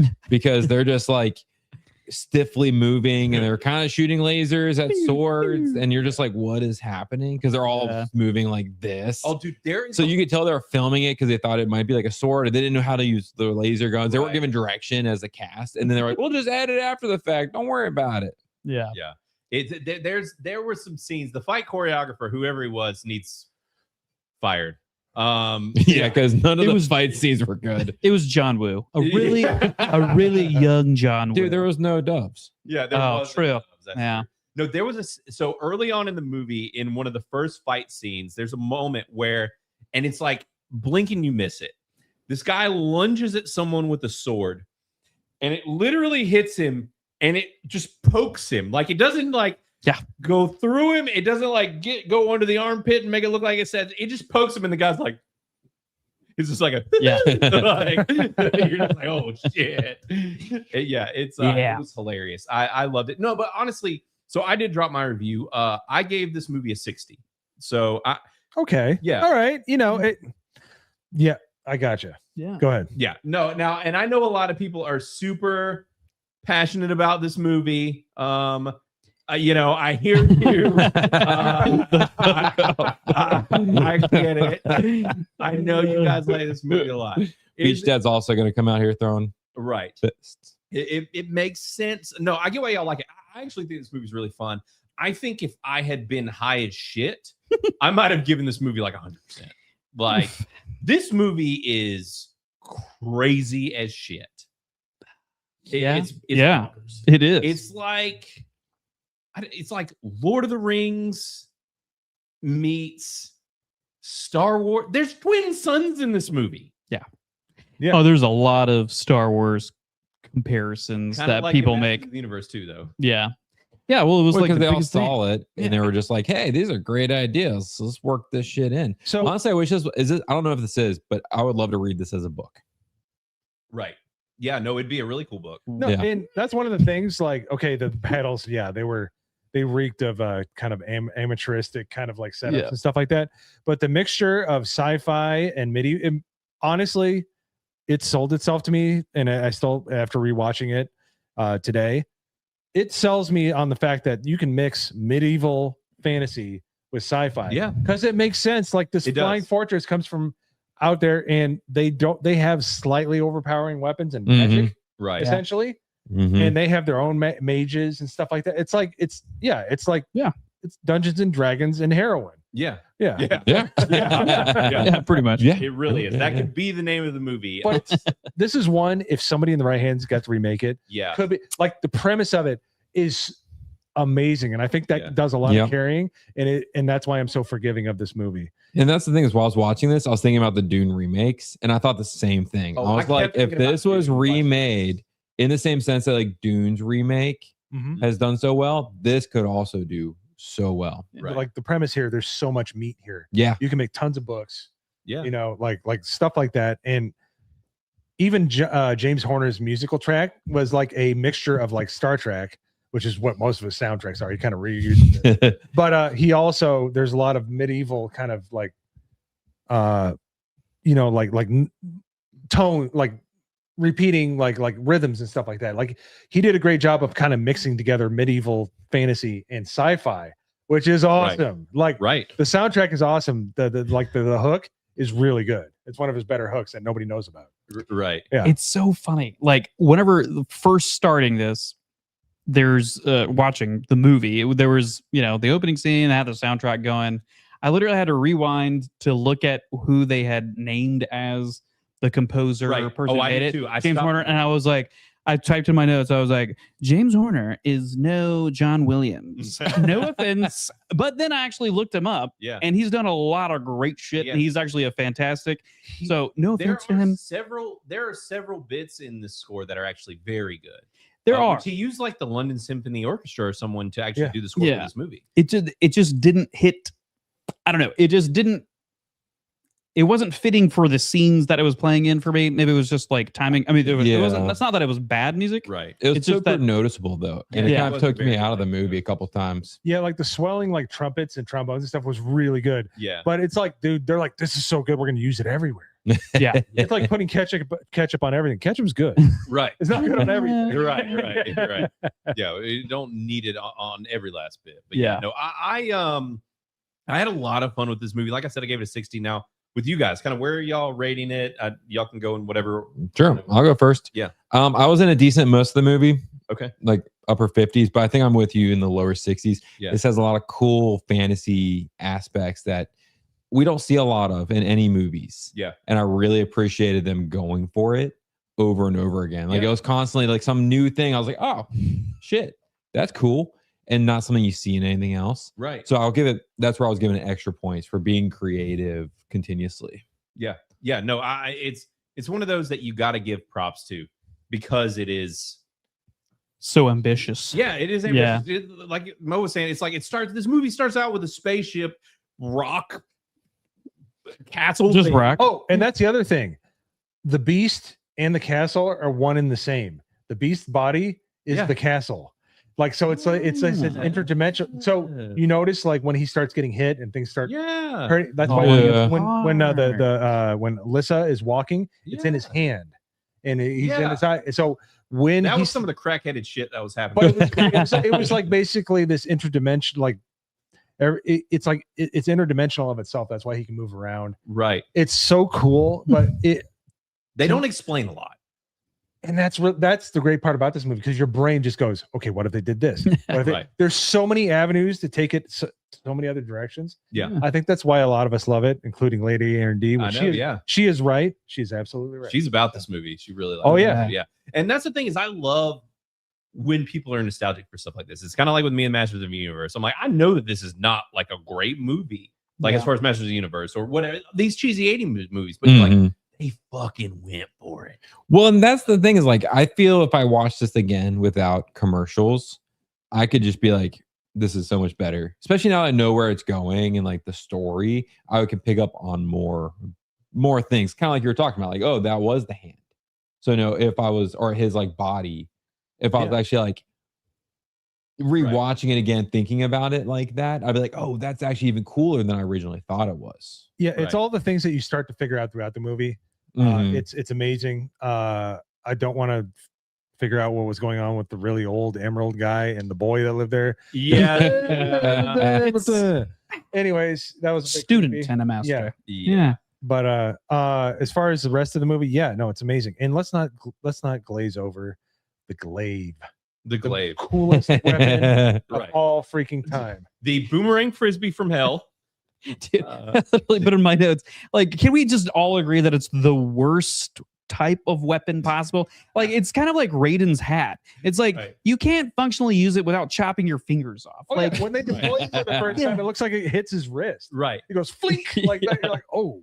Yeah. Like, I do love the idea of it, but in like realistic, practical sense, it looks metal. Yeah. Oh, it does. It does. Yeah. Which they actually, funny enough, the Raiden's hat thing, I just played through the most recent Mortal Kombat game. I had not played it. It's actually very good. I really enjoyed it. But there is actually a joke in that game about it. And he's basically like one of the guys is like, I think it was Raiden was like, how are you gonna use that hat to kill people with? He's like, you're gonna cut off all your fingers. Yeah, exactly. And like, nuh-uh. And then like, so what he does is he shows it and like he throws it and it comes back. And right when it gets to like in the center of the hat, he sticks his fingers up like you do a frisbee. Oh yeah. He just plays ultimate frisbee. That's all. And he like tops it in the middle and like catches it that way. And he's like, see.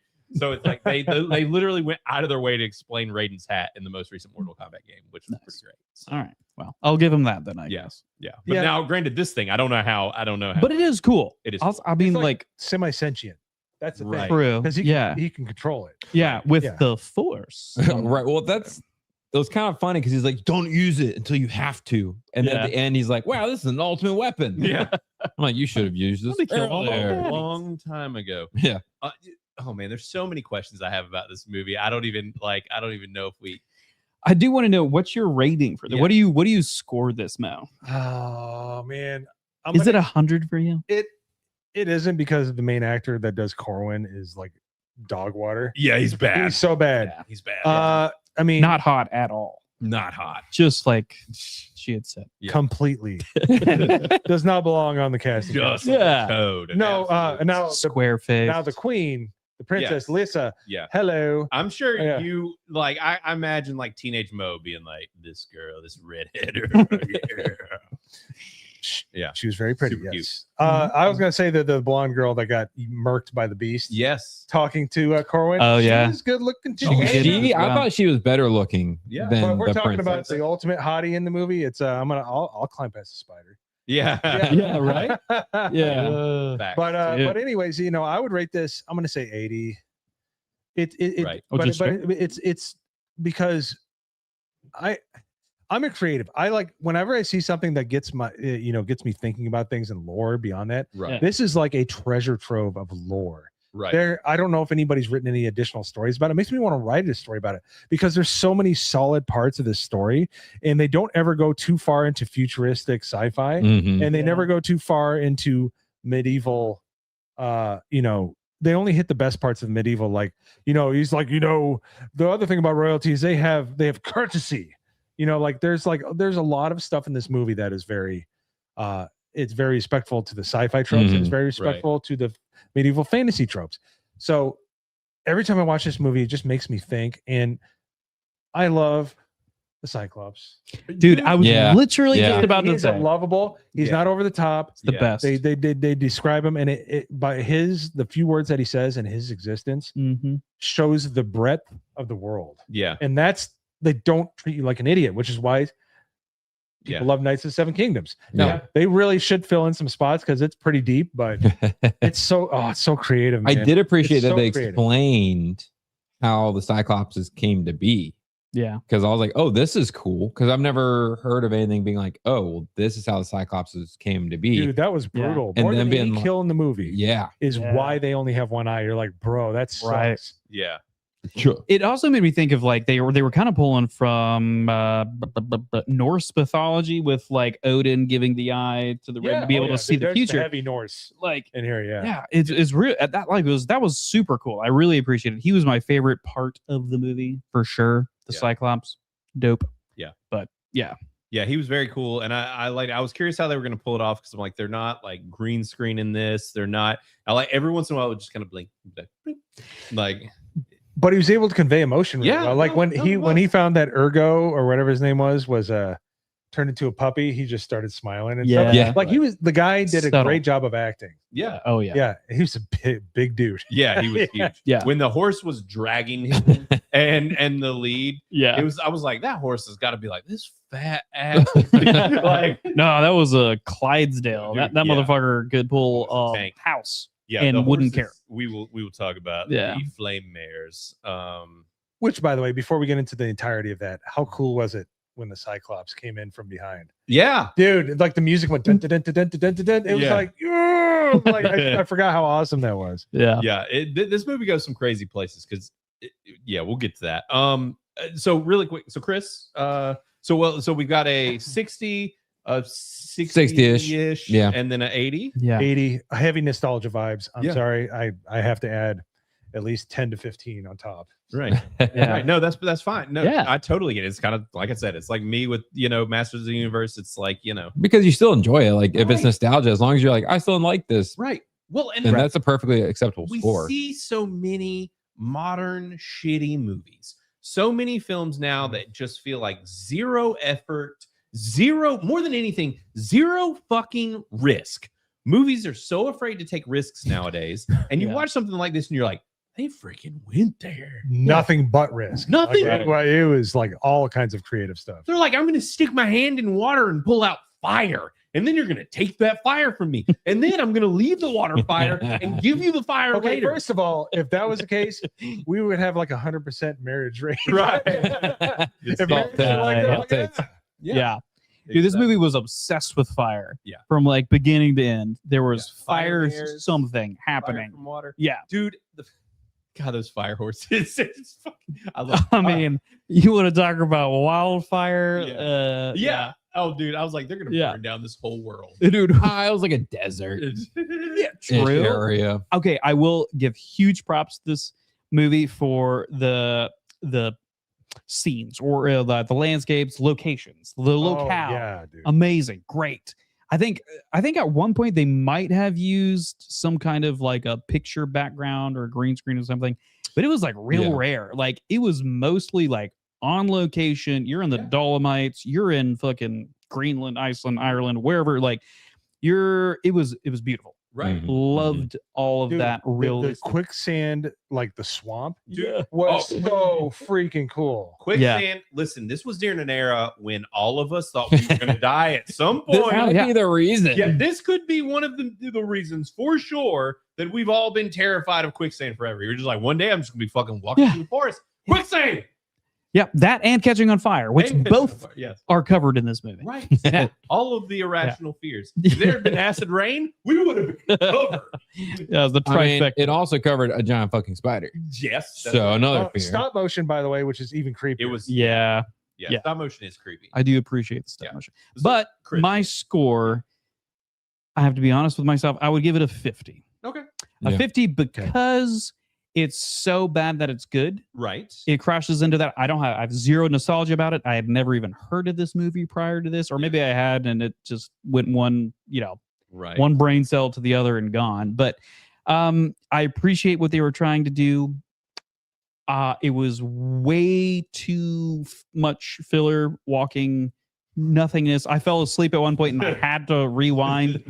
But I have been extra busy lately, so that's just me being tired. Nothing against the movie, but it was just but 50. That's all right. Any Not that's bad, the great but thing about this movie. not Any great. score is right. Right. Yeah. Like it's, you're not gonna really get any complaints from me. Right.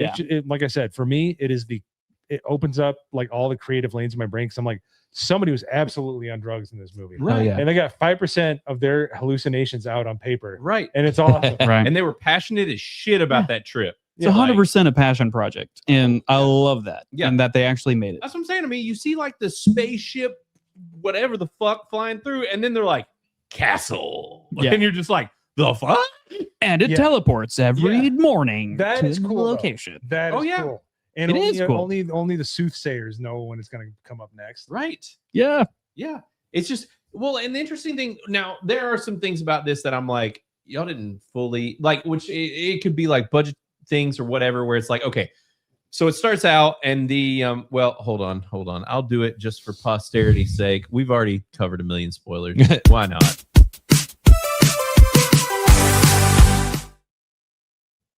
That bass is thumping on It this thing is with other horde. headphones. So yeah, but the castle gets attacked. That was when that guy got poked with the sword, and I busted out laughing. Funniest shit I've ever seen. Like, and that's in the beginning of the movie too, so that sets the Oh, tone for you're like, well, this is a comedy. Yeah, you're like, this is gonna be something. It's like, oh man, yeah, the sword fighting and stuff is great. It's great. Yeah. But so they get broken into, but like the castle, literally no one lives in the castle or outside of the castle or otherwise, except for basically just like royalty. Mm-hmm. No one, I think, lives on this planet except for except that a bunch of people died because right. they talked about it in the first couple minutes. They were like, we lost hundreds of people getting here. Yeah. Right.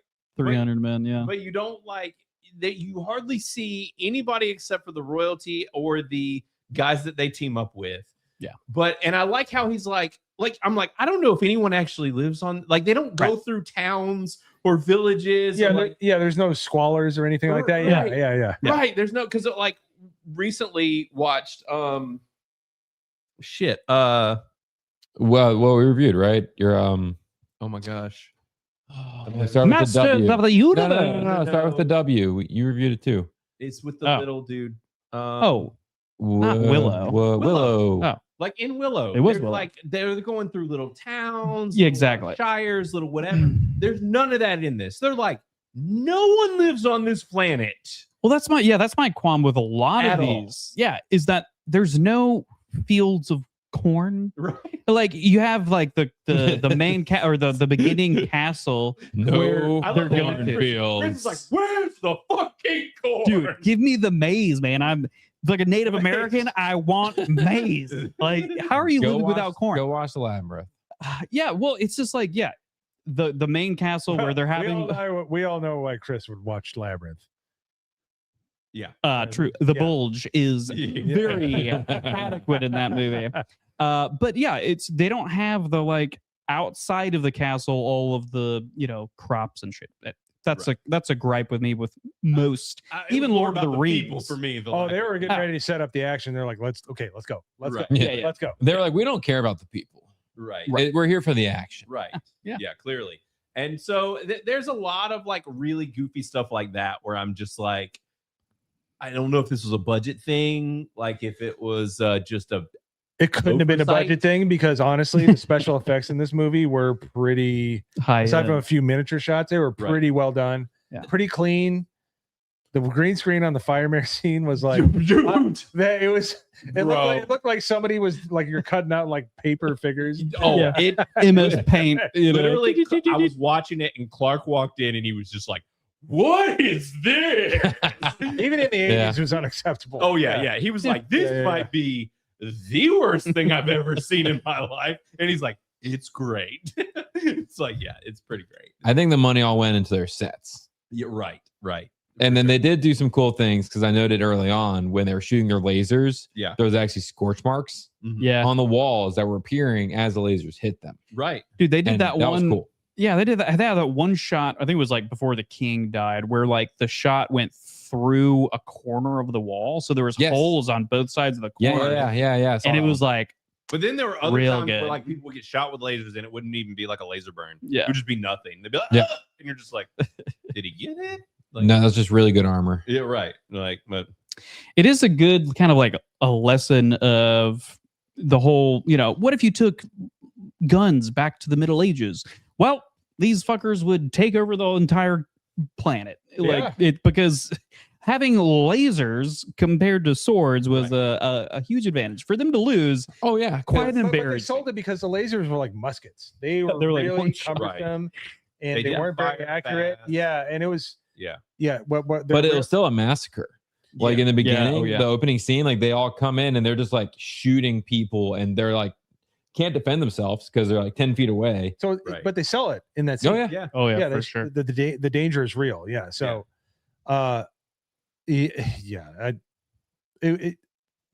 you guys are looking at too many of the details. All right, it's the 80s. All right.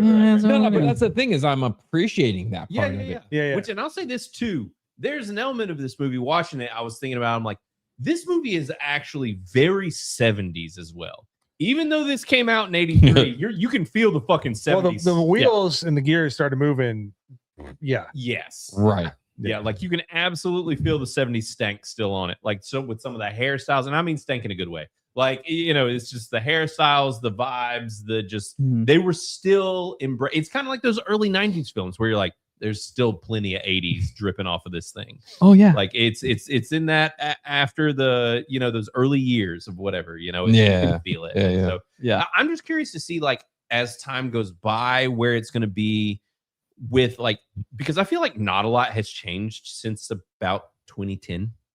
Like, you know what I mean? As far as like noticeable styles and trends and like, with a few exceptions. Listen to your pop station.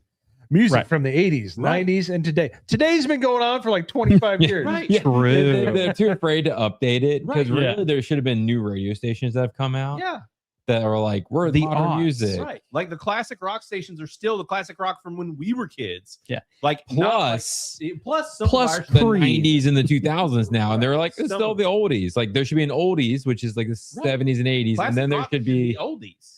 right. They need to change Yeah. something. Right, but that's why I'm saying I feel like it's like it feels like technology and culture and everything has kind of done this weird like plateau that it's never done before, Mm. and it feels like we're kind of in this like stagnation point of where things aren't like changing. And there's reasons. There's like reasons that from like regulatory and like kind of like overall majorly political issues. Like you can't be super creative, which on the internet you should be able to. Right. And there are breakthroughs, but as far as pop culture, people still go through the same channels. Right. We're a good 20, 30 years away from it actually going away and healing. But Right. yeah. It's just, that's why this movie's so refreshing though. Right. Because Mhm. it's just like, hey, we're going to do drugs all night. Let's Right. write a script. Yeah. Who cares? Nobody lives on this planet except for royalty and these Exactly. invaders. Yeah. Right, and even like the royalty and stuff, they're gonna be magical creatures and shit on this planet that nobody even knows what they are, knows anything about. Cyclops, nobody even knows Cyclops is. You know what? The 70s and 80s were movies. Fuck you. It's awesome. Right.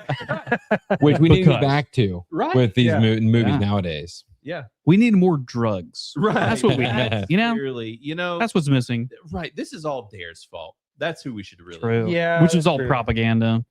Right. We've lost A all money art because grab. the drugs they're gone. Hey, Yeah. I say dare to keep them on drugs. That's right. Right. To keep 'em- Dare.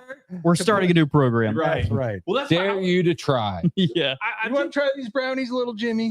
Really good. do you should. Don't eat much though. Just have half. Just Start with enough. Start with that.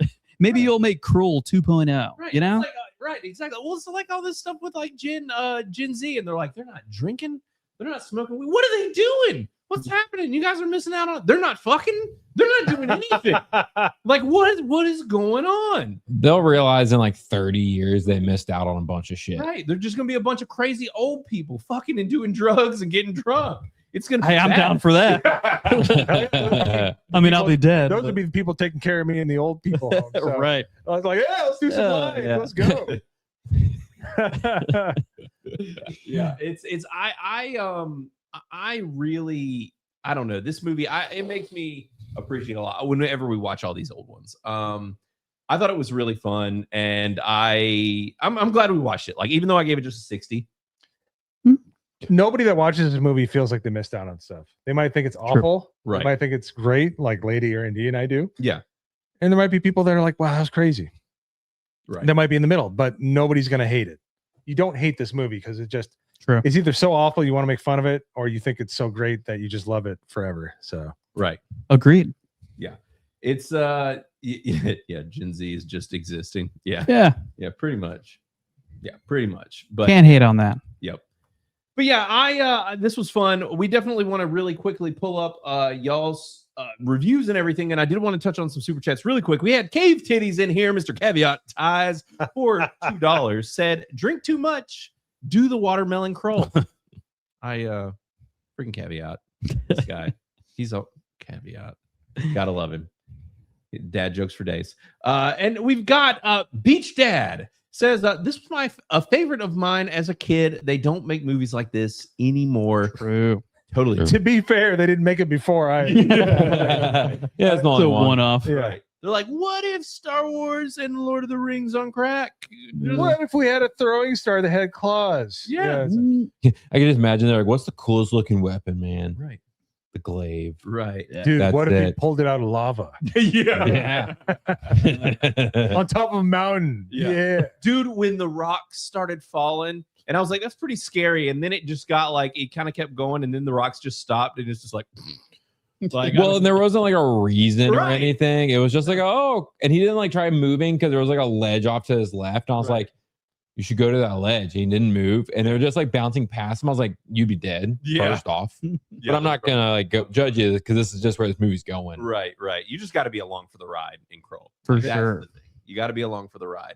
So, but appreciate it, Beach Dad, for the member for 1 month. Thanks, buddy. And we got one from Quagmire, and he says, Back again. Yeah, that's right. He's back for $10. Says, Mo is so old, he still remembers Morse code.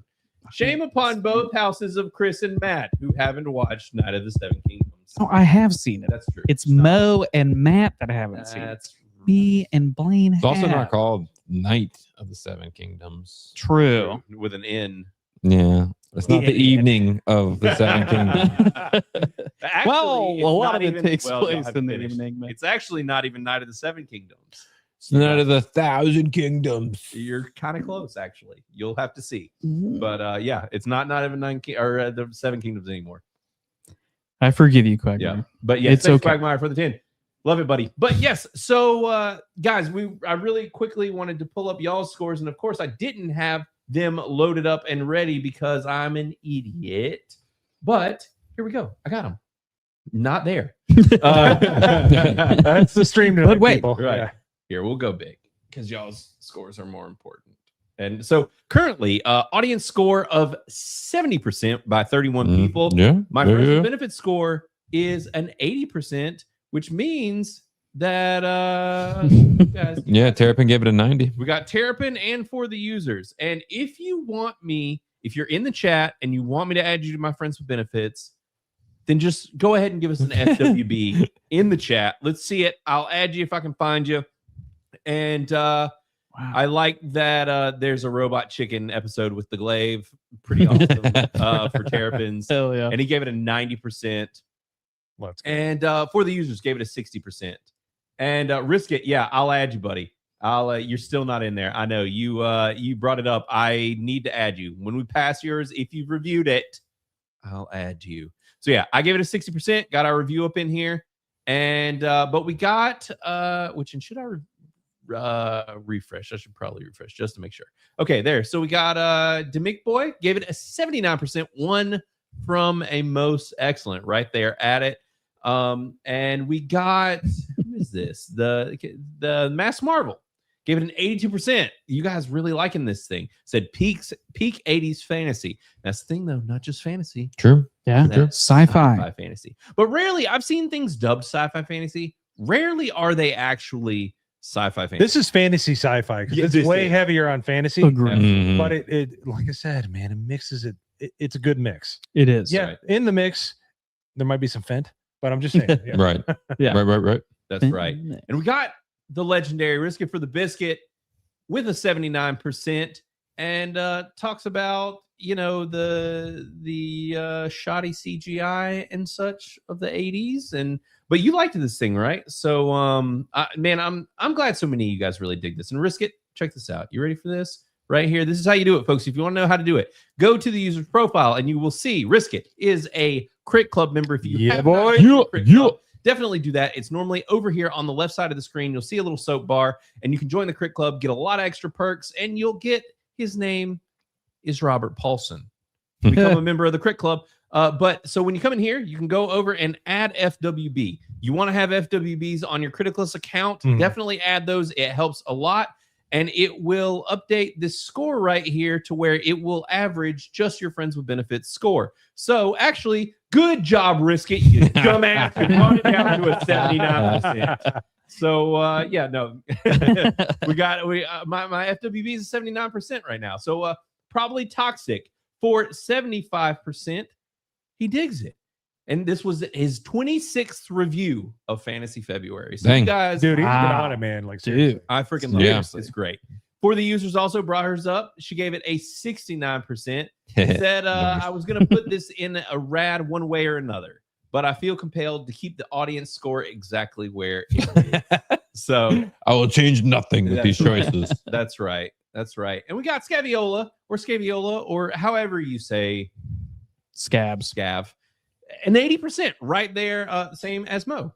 So there you go. Skull. That's right. Skull. And drop that the main title theme in there. And we got Dr. Manzor. You know what, Dr. Manzor? I'm gonna do the thing. You ready? And guess what? You're about to drop my FW score even lower.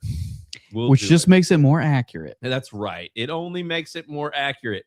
64%. We got Life on Marshmallows with the 59%.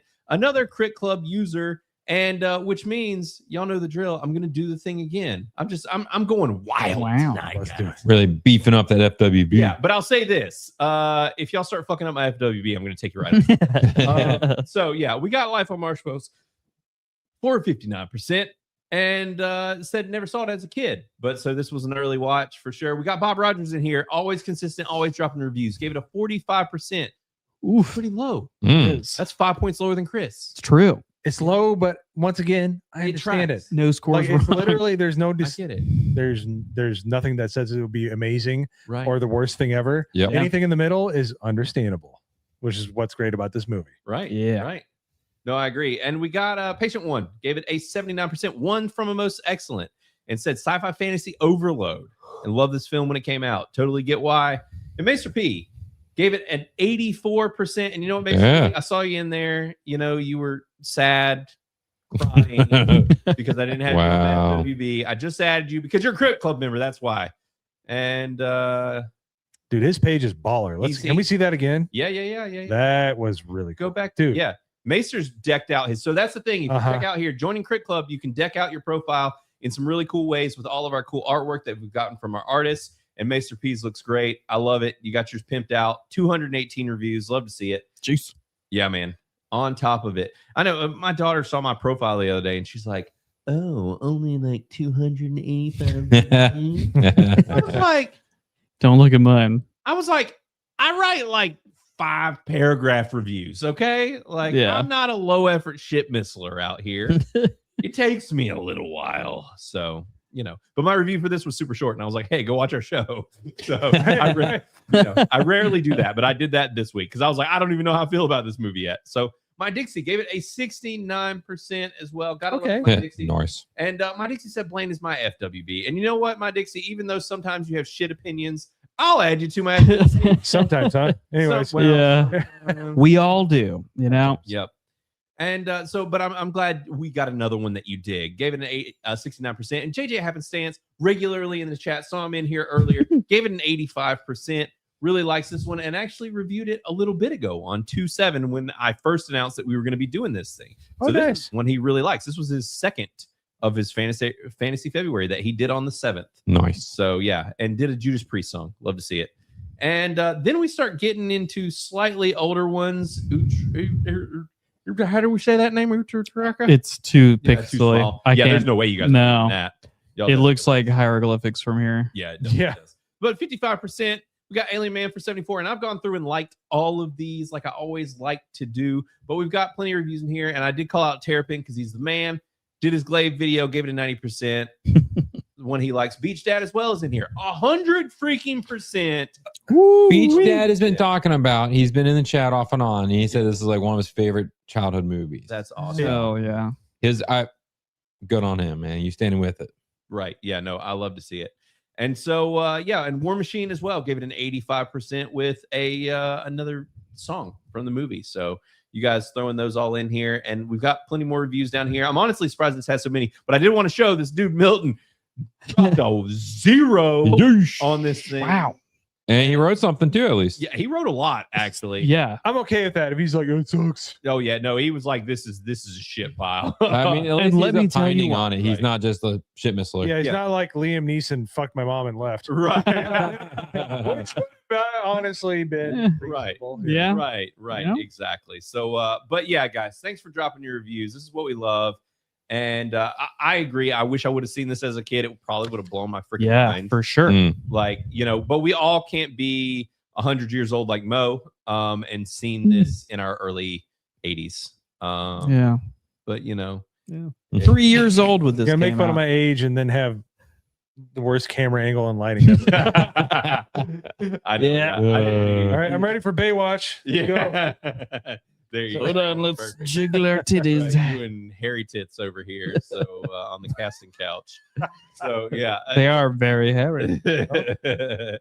But yeah, I'm glad we did this. This was a fun movie. I'm glad you guys showed up for the review and dropped your reviews for this. This was a cool movie. I mean, so we're all glad we saw it. This was Yeah. no regrets here. No, it's an interesting movie. Yeah. And like you guys said, it's the very few that actually do fantasy medieval.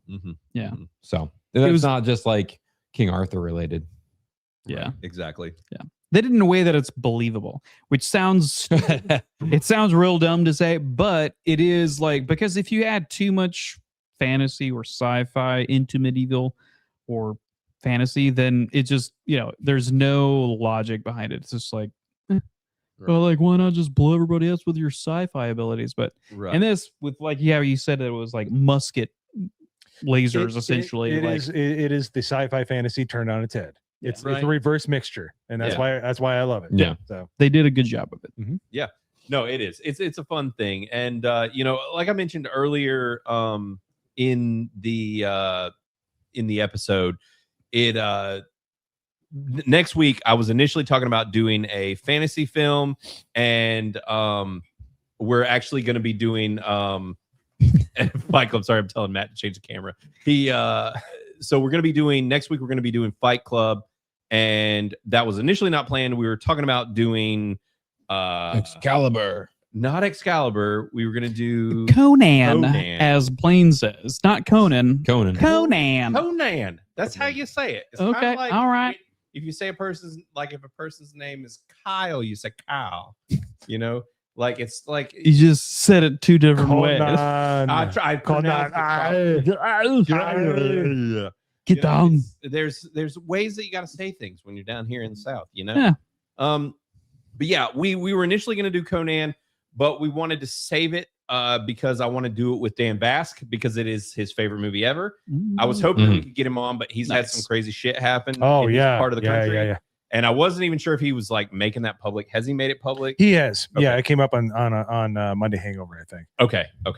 Yeah, because I was debating on it. We were in a chat. No, Tuesday night's main event. It was yep. It hit a major area, and he had to help some ancillary family member. Remember anybody talking about it? Yeah, remember? Yeah, well, I mean, if it doesn't happen in America, do we really care? Let's be straight. Honestly, God bless. Yeah, I know he was helping people out too. He is. Yeah, so he had some crazy stuff happen. I was going to try and butter him up and get him on the show next week, but being that all that's happening with him, I'm like, we'll wait. We'll find a time, and But anyway, so we are going to have a special Bro Science episode next week. Fear the Beardo, X-Wing, going to be on the show. We will start out the show with actual audio, believe it or not. That's the plan. Surely you just prove it. Wait, what are you talking about? Yeah. Oh, you're just fine. Hi, everybody. And they had some. I saw Life on Marshmallows posted, so he definitely heard it. But yeah, they had some mudslides down there, and it happened actually right near where he lives, and they actually know some people that died. And so, he's housing some people and stuff. So he's been super tied up. So much love to Dan and all of his people. So they've been going through it. So anyways, but yeah, next week, Fight Club. That was not the plan, but we brought up Fight Club on Bro Science, and they were both like, I would love to see that movie again.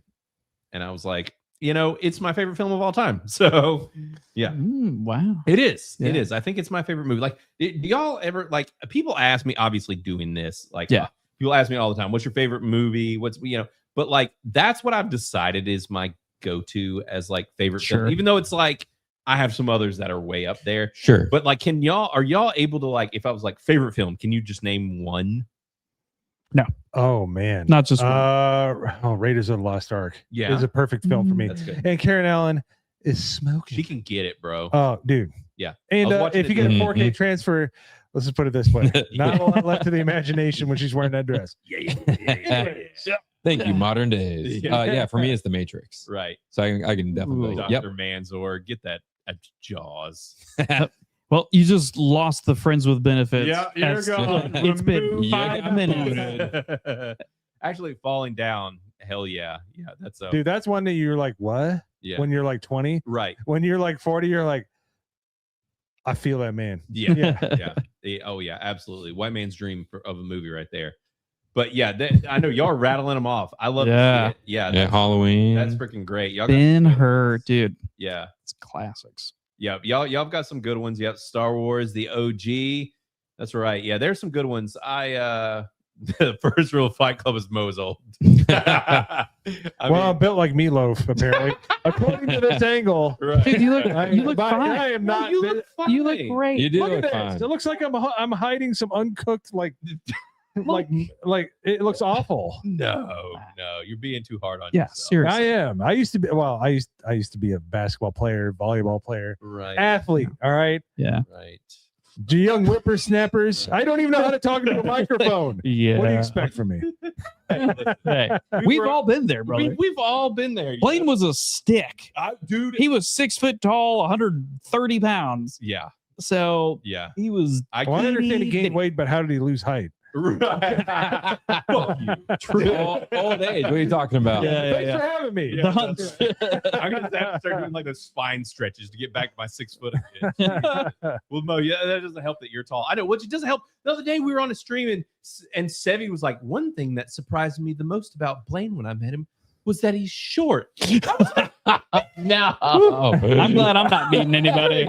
Holy shit! Yeah, that was a bit weak sauce considering all the girls of G&G are like 5 foot midgets. Tall. Yeah, they're all 5 foot tall. I was like, our wives are not that tall. No, but like if they're like Shaquille O'Neal compared. For real, compared to the G&G girls, I was like, it's because I was standing and talking to Critical Drinker and freaking Jay. Both of which are over like 6'5", and I was just like standing beside them, looking like a shrimp.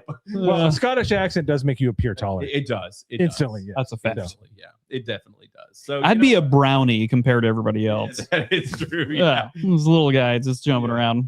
I couldn't believe her. I was like, the slander on this show. She loves to bring the heat. I mean, I was surprising. She's Colombian, I know. But yeah, she does not mince words. No, she doesn't. I was like, short. Call me. You've been holding this in all this time, saying you think I'm short. There's something deep there. She didn't. Right. She's letting it out. I never thought I saw Blaine's mullet flare up. It was right. I was like, oh. It was like one of the few times I was like, bitch, don't you dare. I'm 6 whole feet tall. Maybe shrank a little bit. He's 5'13". Yeah. That's right.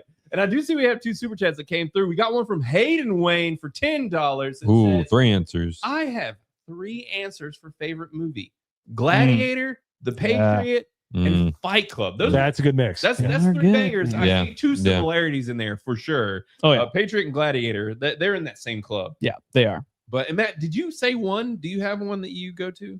Yeah, my go-to is Matrix. Matrix. Okay. Yeah. Oh, Hands down. The original still, Matrix the without first all Matrix. the other movies. Yeah. I mean, I like the other 2. I like the second and third one a lot. Yeah. But the 4th one was garbage. But the Yeah, first the 4th Matrix was is definitely my like go-to if you ask me favorite movie. Which I don't think I've told y'all, which and I caught Mo a whole lot of heat today with his son accidentally. But so I don't know if I've told y'all, I showed the kids the Matrix the other day. Oh, nice. And it fucking blew their mind.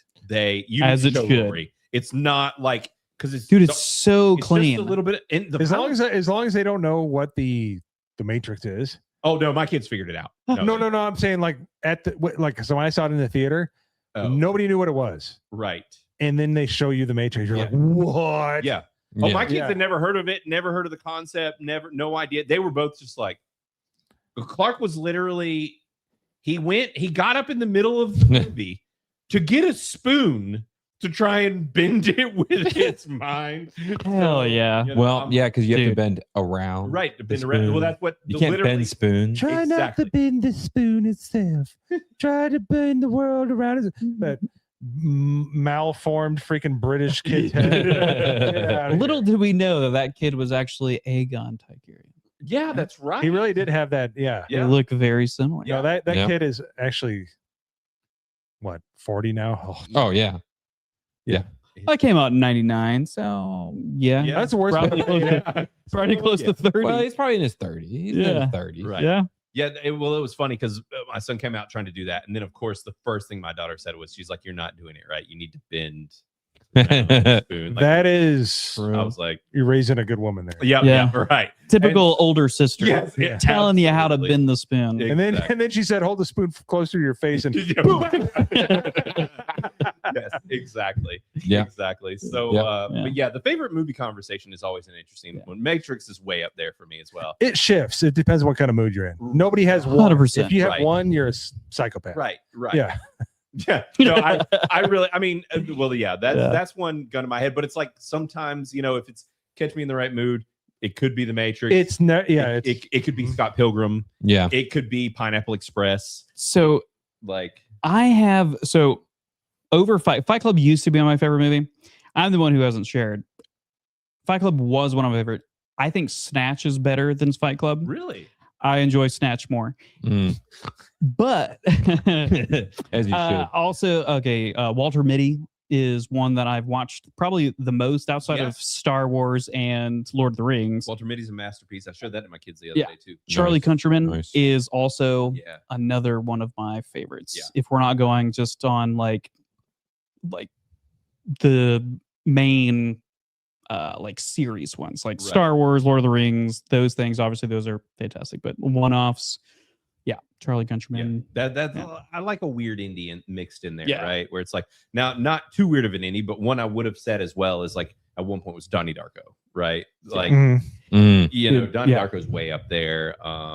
There's actually like there's a movie that oh God, I'm too many drinks deep now to Garden State. There's one that Garden State back in the day. I need to watch Garden State again. It's been too. There's one that nobody ever that people love, but I think is like one of the best movies of all time is Dread.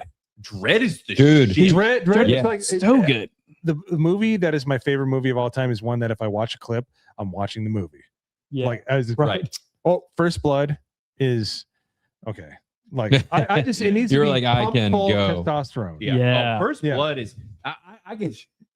He was about to make a gay comment at you.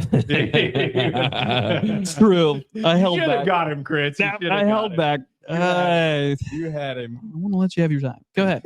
I don't want to interrupt. Right. No, but First Blood is one of those that's interesting because a lot of people think that the first Rocky movie is Rocky 2.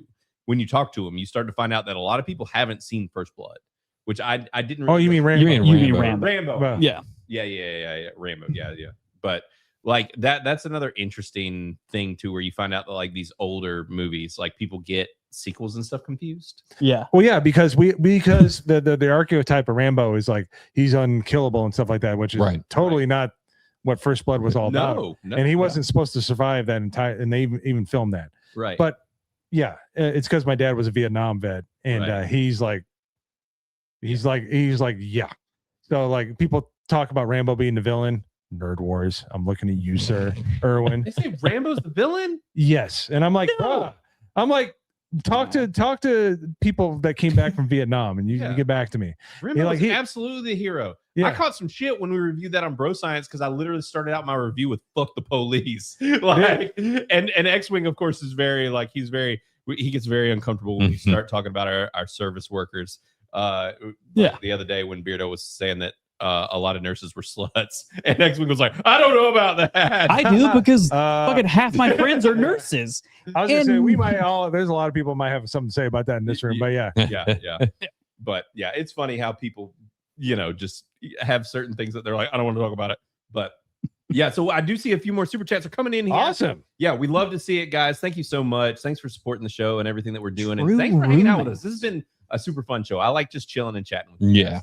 But so Hayden Wayne, really appreciate the 10, and you got your money's worth out of that one too. But JJ Haven't say it's for 5 says True Romance, and I know someone that would love to do an episode on it. That is a great movie. True Romance is the shit. Yeah. And what's interesting is it's a Tarantino movie that's not a Tarantino movie. It's a Rodriguez movie. It's a Rodriguez movie that was written by Tarantino. So, but which also those two are kind of borderline inseparable half the time. But granted, I 9 times out of 10 would rather see a Tarantino directed movie than a Rodriguez directed movie because Rodriguez's movies but his movies were good. Oh, dude, They were Desperado, True Romance. I know his early From Dusk Till Dawn, which is what we're doing on Monday. Yep. We are doing that Monday. Yeah, Monday which is Them apple feet, pie. But yeah. Yeah, I'm excited. I haven't seen that literally since high school. I have not seen the movie since high school. But then it's like, but he also did the Boba Fett series. So, Yeah. Womp womp. Yeah. Enjoy that new house, sir. Yeah. Seriously. But yeah, JJ, thanks for the 5, everybody. Really appreciate it. True Romance is fantastic. Actually, and I'm curious to know who would love to do an episode on that. Let me know. Or you can, if you're still in the chat, give us a holler. Also, someone that would love to be on this show to talk about True Romance is my wife. She is a mega fan of that movie. Oh, really? She loves True Romance.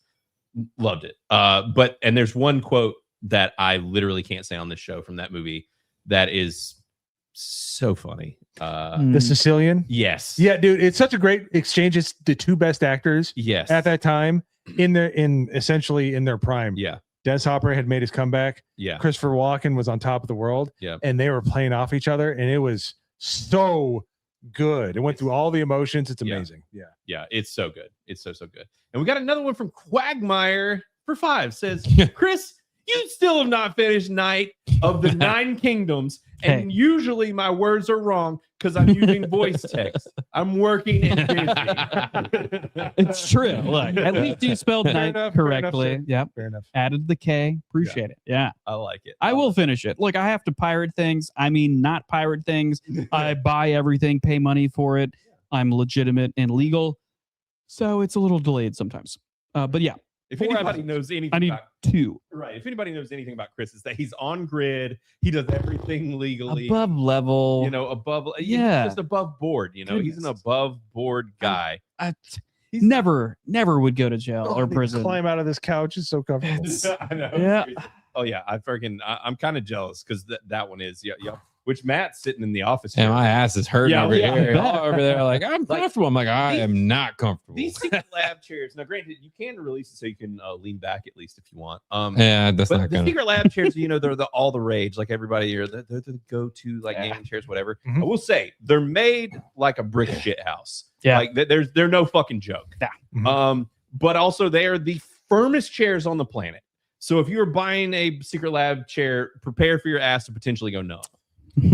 Mac. Yeah, can't confirm. 2 hours in, I'm like, I might be able to stand later. I don't know yet. Yeah, they're super firm chairs. We'll carry you out. Which I hear firm is good. You know, that's what they say. Yep. You know. Yeah. Let us That's what they say. Is that what they say? Firm is But yeah, good. thanks for the 5 great shit talking. I appreciate it. I love to see these guys getting shade. So we got another one from Hayden Wayne for 10. Hey. I think I like those 3 because they're movies about guys that say F the system.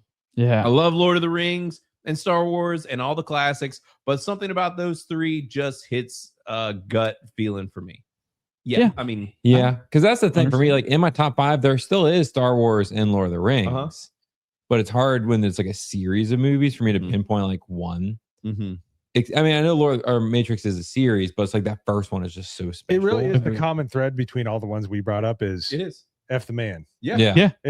True. And really, I mean, it's kind of an ongoing theme for a lot of us, you know, is kind of, I think so many of us have reached the point where we're like fucking over it. Yeah. I've been over it for a while. Once you get a taste of freedom.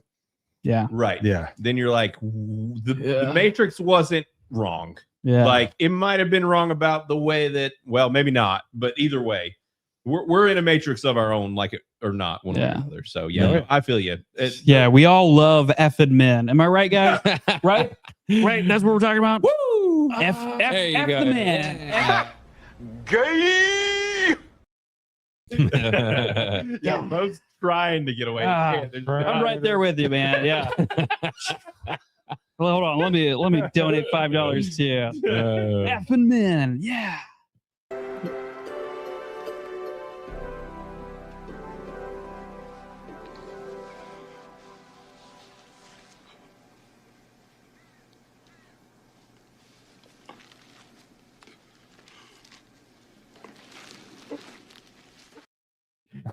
So good. You got to play the whole thing just so it's uncomfortable. Yeah. It's the best. But thanks, Hayden Wayne. Thanks for the 10. We really appreciate it. Yeah. And we got another one from Dr. Manzor for 5 says Jaws Godzilla 1995 or 1985. It should be 19. Should be the 99 one. 90, was it 99? 97. Get out of here with that crap. Bro, you're right about that. You're right about that. Godzilla, get out of here. So listen, Godzilla was a they. Godzilla was a they them. He's the first they them, okay? Yeah. Dude, I remember they had like the cups, the Godzilla cup. Show. I don't blame you. It's just, man, look, is it a Godzilla movie? No. Yes. Not really. No. Like, but is it a great movie? No. Absolutely. Also no. Great. No. Great. Is it Pacific Rim? No, it's not quite as great as that. Not quite as great. Pac Rim. But like, what are your thoughts on Pac Rim? He knows this man. I've never seen it. What? Yes. Holy That's even better than a 0. You're fucking kidding me. Never watch it. Don't do it. Never watch Pac Rim. Please I've don't. not. All right. This is the best couch I've ever been on. Hell yeah. This is, if you want to know why, literally 0. Why, if everyone wants to know why the Pacific Rim badge exists in Criticless, it's because Chris dislikes it so much that I put a badge to give the movie a perfect score as a fuck you to Chris. Well, it was Chris and another one of our friends Yes, that one both would fart. They both. No, I want to see it. They both would fart. When did it come out? Like 2016 or something like that? 2017? It was a older, terrible I year, think. but whatever it was. Yeah, no, it Wasn't might a have been little older. It older? might have been like 14 or. Yeah. All right. I had a baby and a toddler at that point. I wasn't watching shit from that era. So. Well, you didn't miss anything. And don't watch it. No. You're You gonna love missed. it. You're gonna love it. Don't You listen missed to one of me. my top 5s. Sell it. No, No. It's like top 3 for me. And like with me saying all of this, it's like real favorite movie ever is Pacific Rim because it's a masterpiece. But like we're gonna do a viewing party. Okay, we gotta watch it. I want to rent out a whole theater. You can Rory. I want a he's theater. old, like he can like. Oh, I'm sure. Yeah. Like we'll do it. We'll watch it. 177 reviews at an 88%. Just so y'all know, Pacific Rim the worst. not high enough. This score is not high enough. But Can I also say that your website fucking scammed me? I gave this a 0, and it rounded because we hadn't worked out all the bugs of it yet. So it rounded up because I didn't put it exactly on a 0 on the sliding scale. So it gave it a 1% for me. It's actually a 0% for me. But I got fucking scammed by your cheating website. Actually, I should make it so that no one's like give it a 0.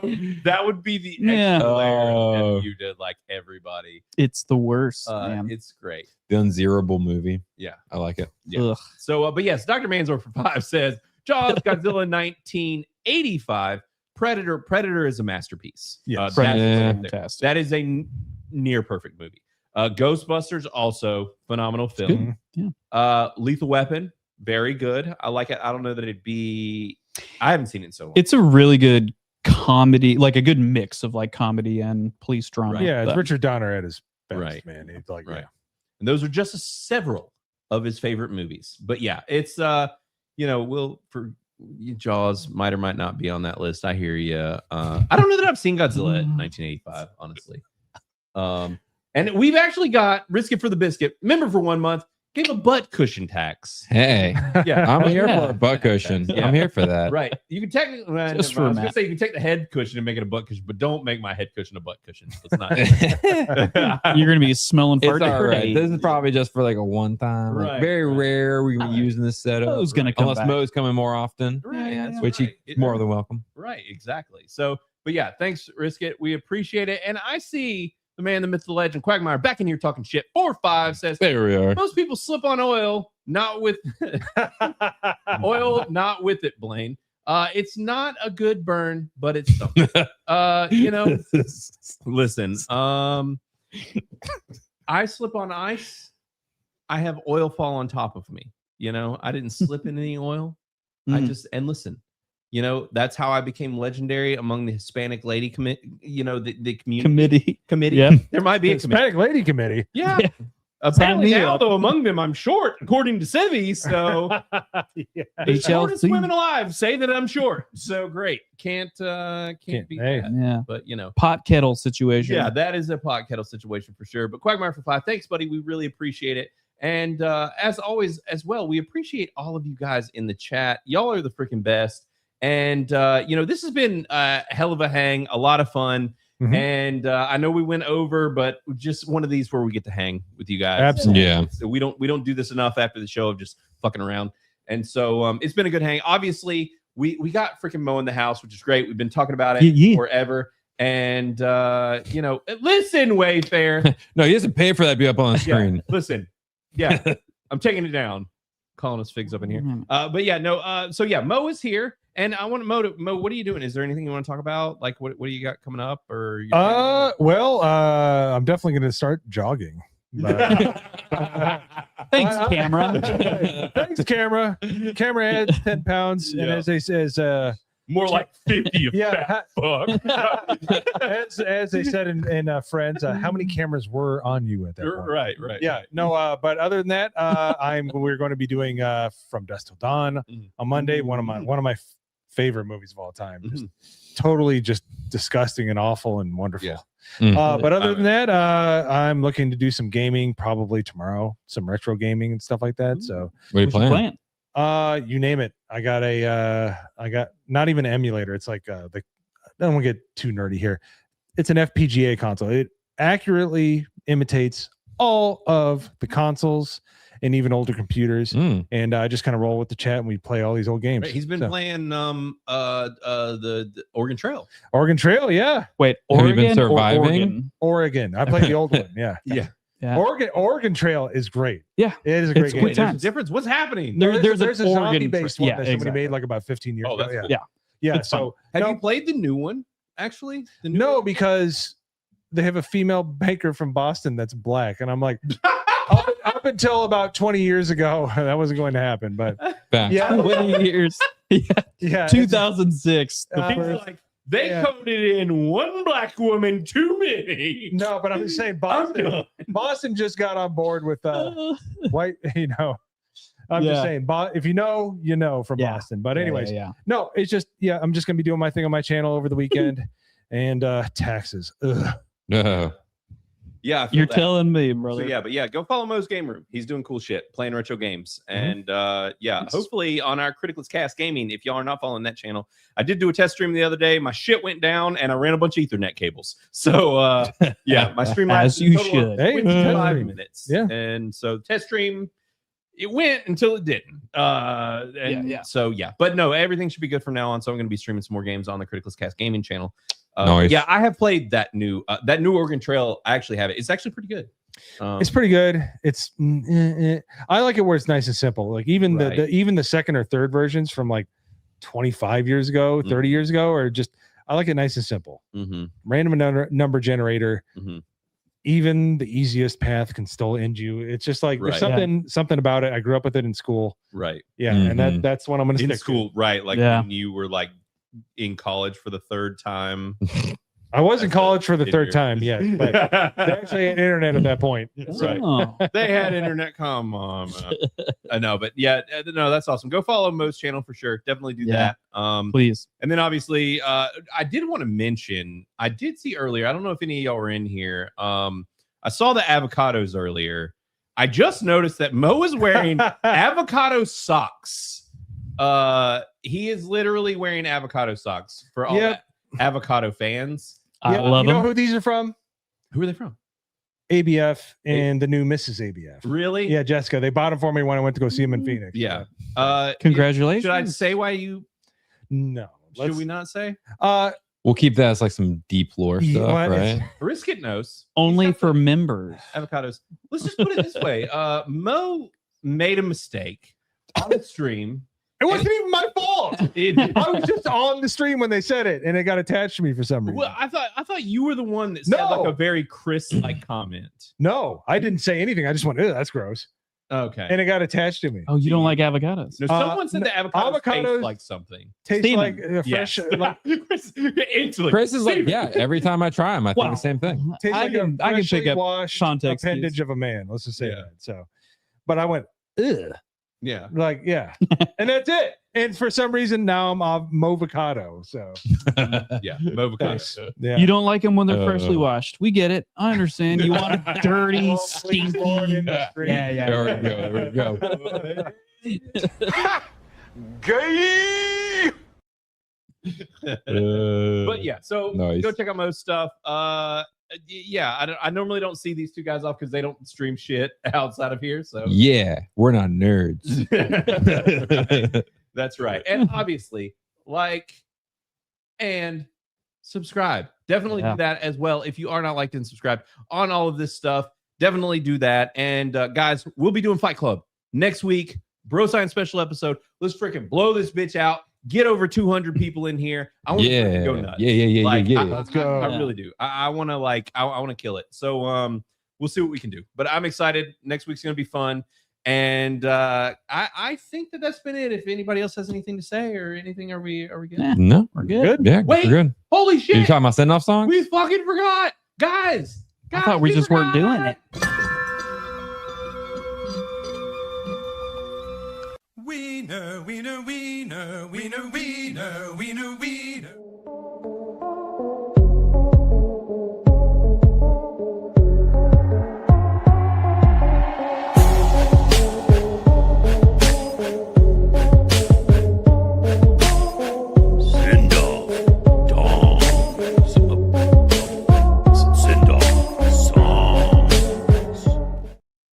Songs all the time.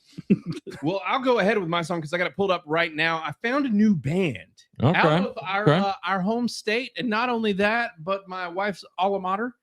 These guys go to App State. Actually, it's a band called Cigarettes and Sunset. Chris, do you listen to them? I've heard them. Yes, I have listened. You will love them if you, if not, or whatever. They consider themselves possum rock, is what they call themselves.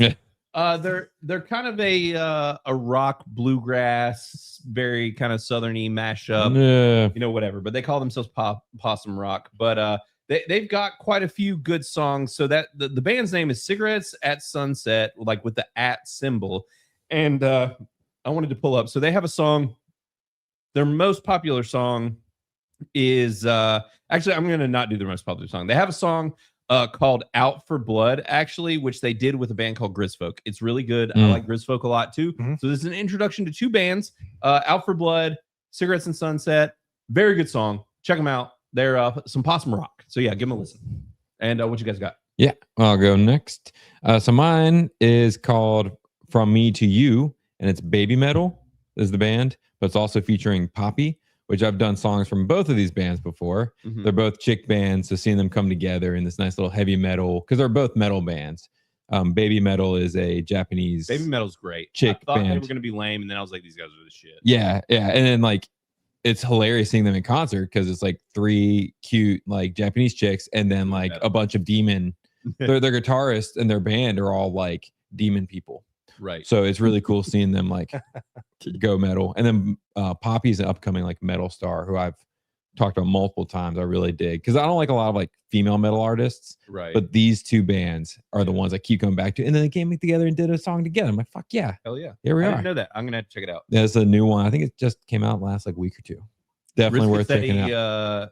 He said he saw Baby Metal live. Nice. That's all. They're because they go to like all these festivals and stuff. So they're constantly touring. They're putting in the work. Yeah. And they have a huge fandom. Right. No. Oh, by the way, Definitely worth checking out. Cave Titties showed up for you, Matt. Hey. This is one for Matt. Damn it. $2 from Caveat Tie. Go ahead. Cave have Titties fun. has been busy with family stuff forever. I know. All right. We're hungry be der Tafel sitzt. Hell yeah. Apparently that's Mozart. Yeah. For you folk. You've been learned. That's a song. Check perfect. it out. He says that's a good one. I'm actually not convinced these are real songs. And I think Cave Titties just makes this up. I'm because he knows I'm going to read this in some broke ass Southern-ish German. Right. Shit. And that's the thing too. Like, I don't remember all of Mozart's songs being German. Yeah. Yeah. I Who got would to have thought? Austrian. Yeah. So- I hate to break it to you. He didn't go to art school. Yeah. We're safe. Okay. Little do you guys know about me is I don't listen to any classical music. So missing out. Yeah. Nice. And so that was Caveat Tie's song. Yep. And what do we got? You two over there. You two. I'll go. I'm gonna do an oldie. I've put down some old school stuff that I'm huge fans of that I keep going back to. But this one is by Margot and the Nuclear So-and-Sos. And it's called Gin is Bringing the Drugs. They have a lot of great songs like Skeleton Key, blah, blah, blah. But Gin is Bringing the Drugs. Great classic. Just fucking, it's hardcore emo. Early 2000s bangers. But yeah, it's good. Yeah. What about you? Yeah. Anything? Well, I recently been you know what? Listen to some old school 80s, 90s punk. Some MXPX. Nice. Some Yeah. GG Hell Allen. yeah. Yeah. I still have I got to see them at the House of Blues in Myrtle Beach like Really? 25 years ago. Yeah. Dude, MXPX, man. Dude, MXPX is great. Dude, And they're still great. doing shit. Yeah. Like they're still around. It's Yep. wild. I loved them back in the day. Yeah, but need to listen to some punk. But Yeah. You Hate Me and I Hate You by GG Allen might be Okay. one of the best songs ever. So Nice. not the most Oh, Christian yeah. thing ever, but damn does it hit after about 40 years, Right. 45 years. So yeah, Yeah. listen to some old school punk. We're all talking about anti-establishment movies we like. Yeah. Let's get to the original. Right. Punk, Right. punk Exactly. rock. Though. Right. Fuck And yeah. not that fake shit like Blink 182 or freaking. No, That's not punk. no. I mean, It's not I don't want punk. It's to not be punk. like GG Allen where he's making bananas disappear. Let's just say that. Did you say Chris? Huh? What? I mean, whatever. Don't I give haven't up seen my him in the same- pseudonym. I haven't seen him in the same room. So True. Right. Exactly. Exactly. So, but yeah, guys, that's going to be it. This has been a fun stream. Great time. And once again, one more week just for shits and giggles. I'm going to send you guys off with the dongs. It's been a great freaking episode. We'll see you guys next time. Take it easy. Later. Peace. Later, guys.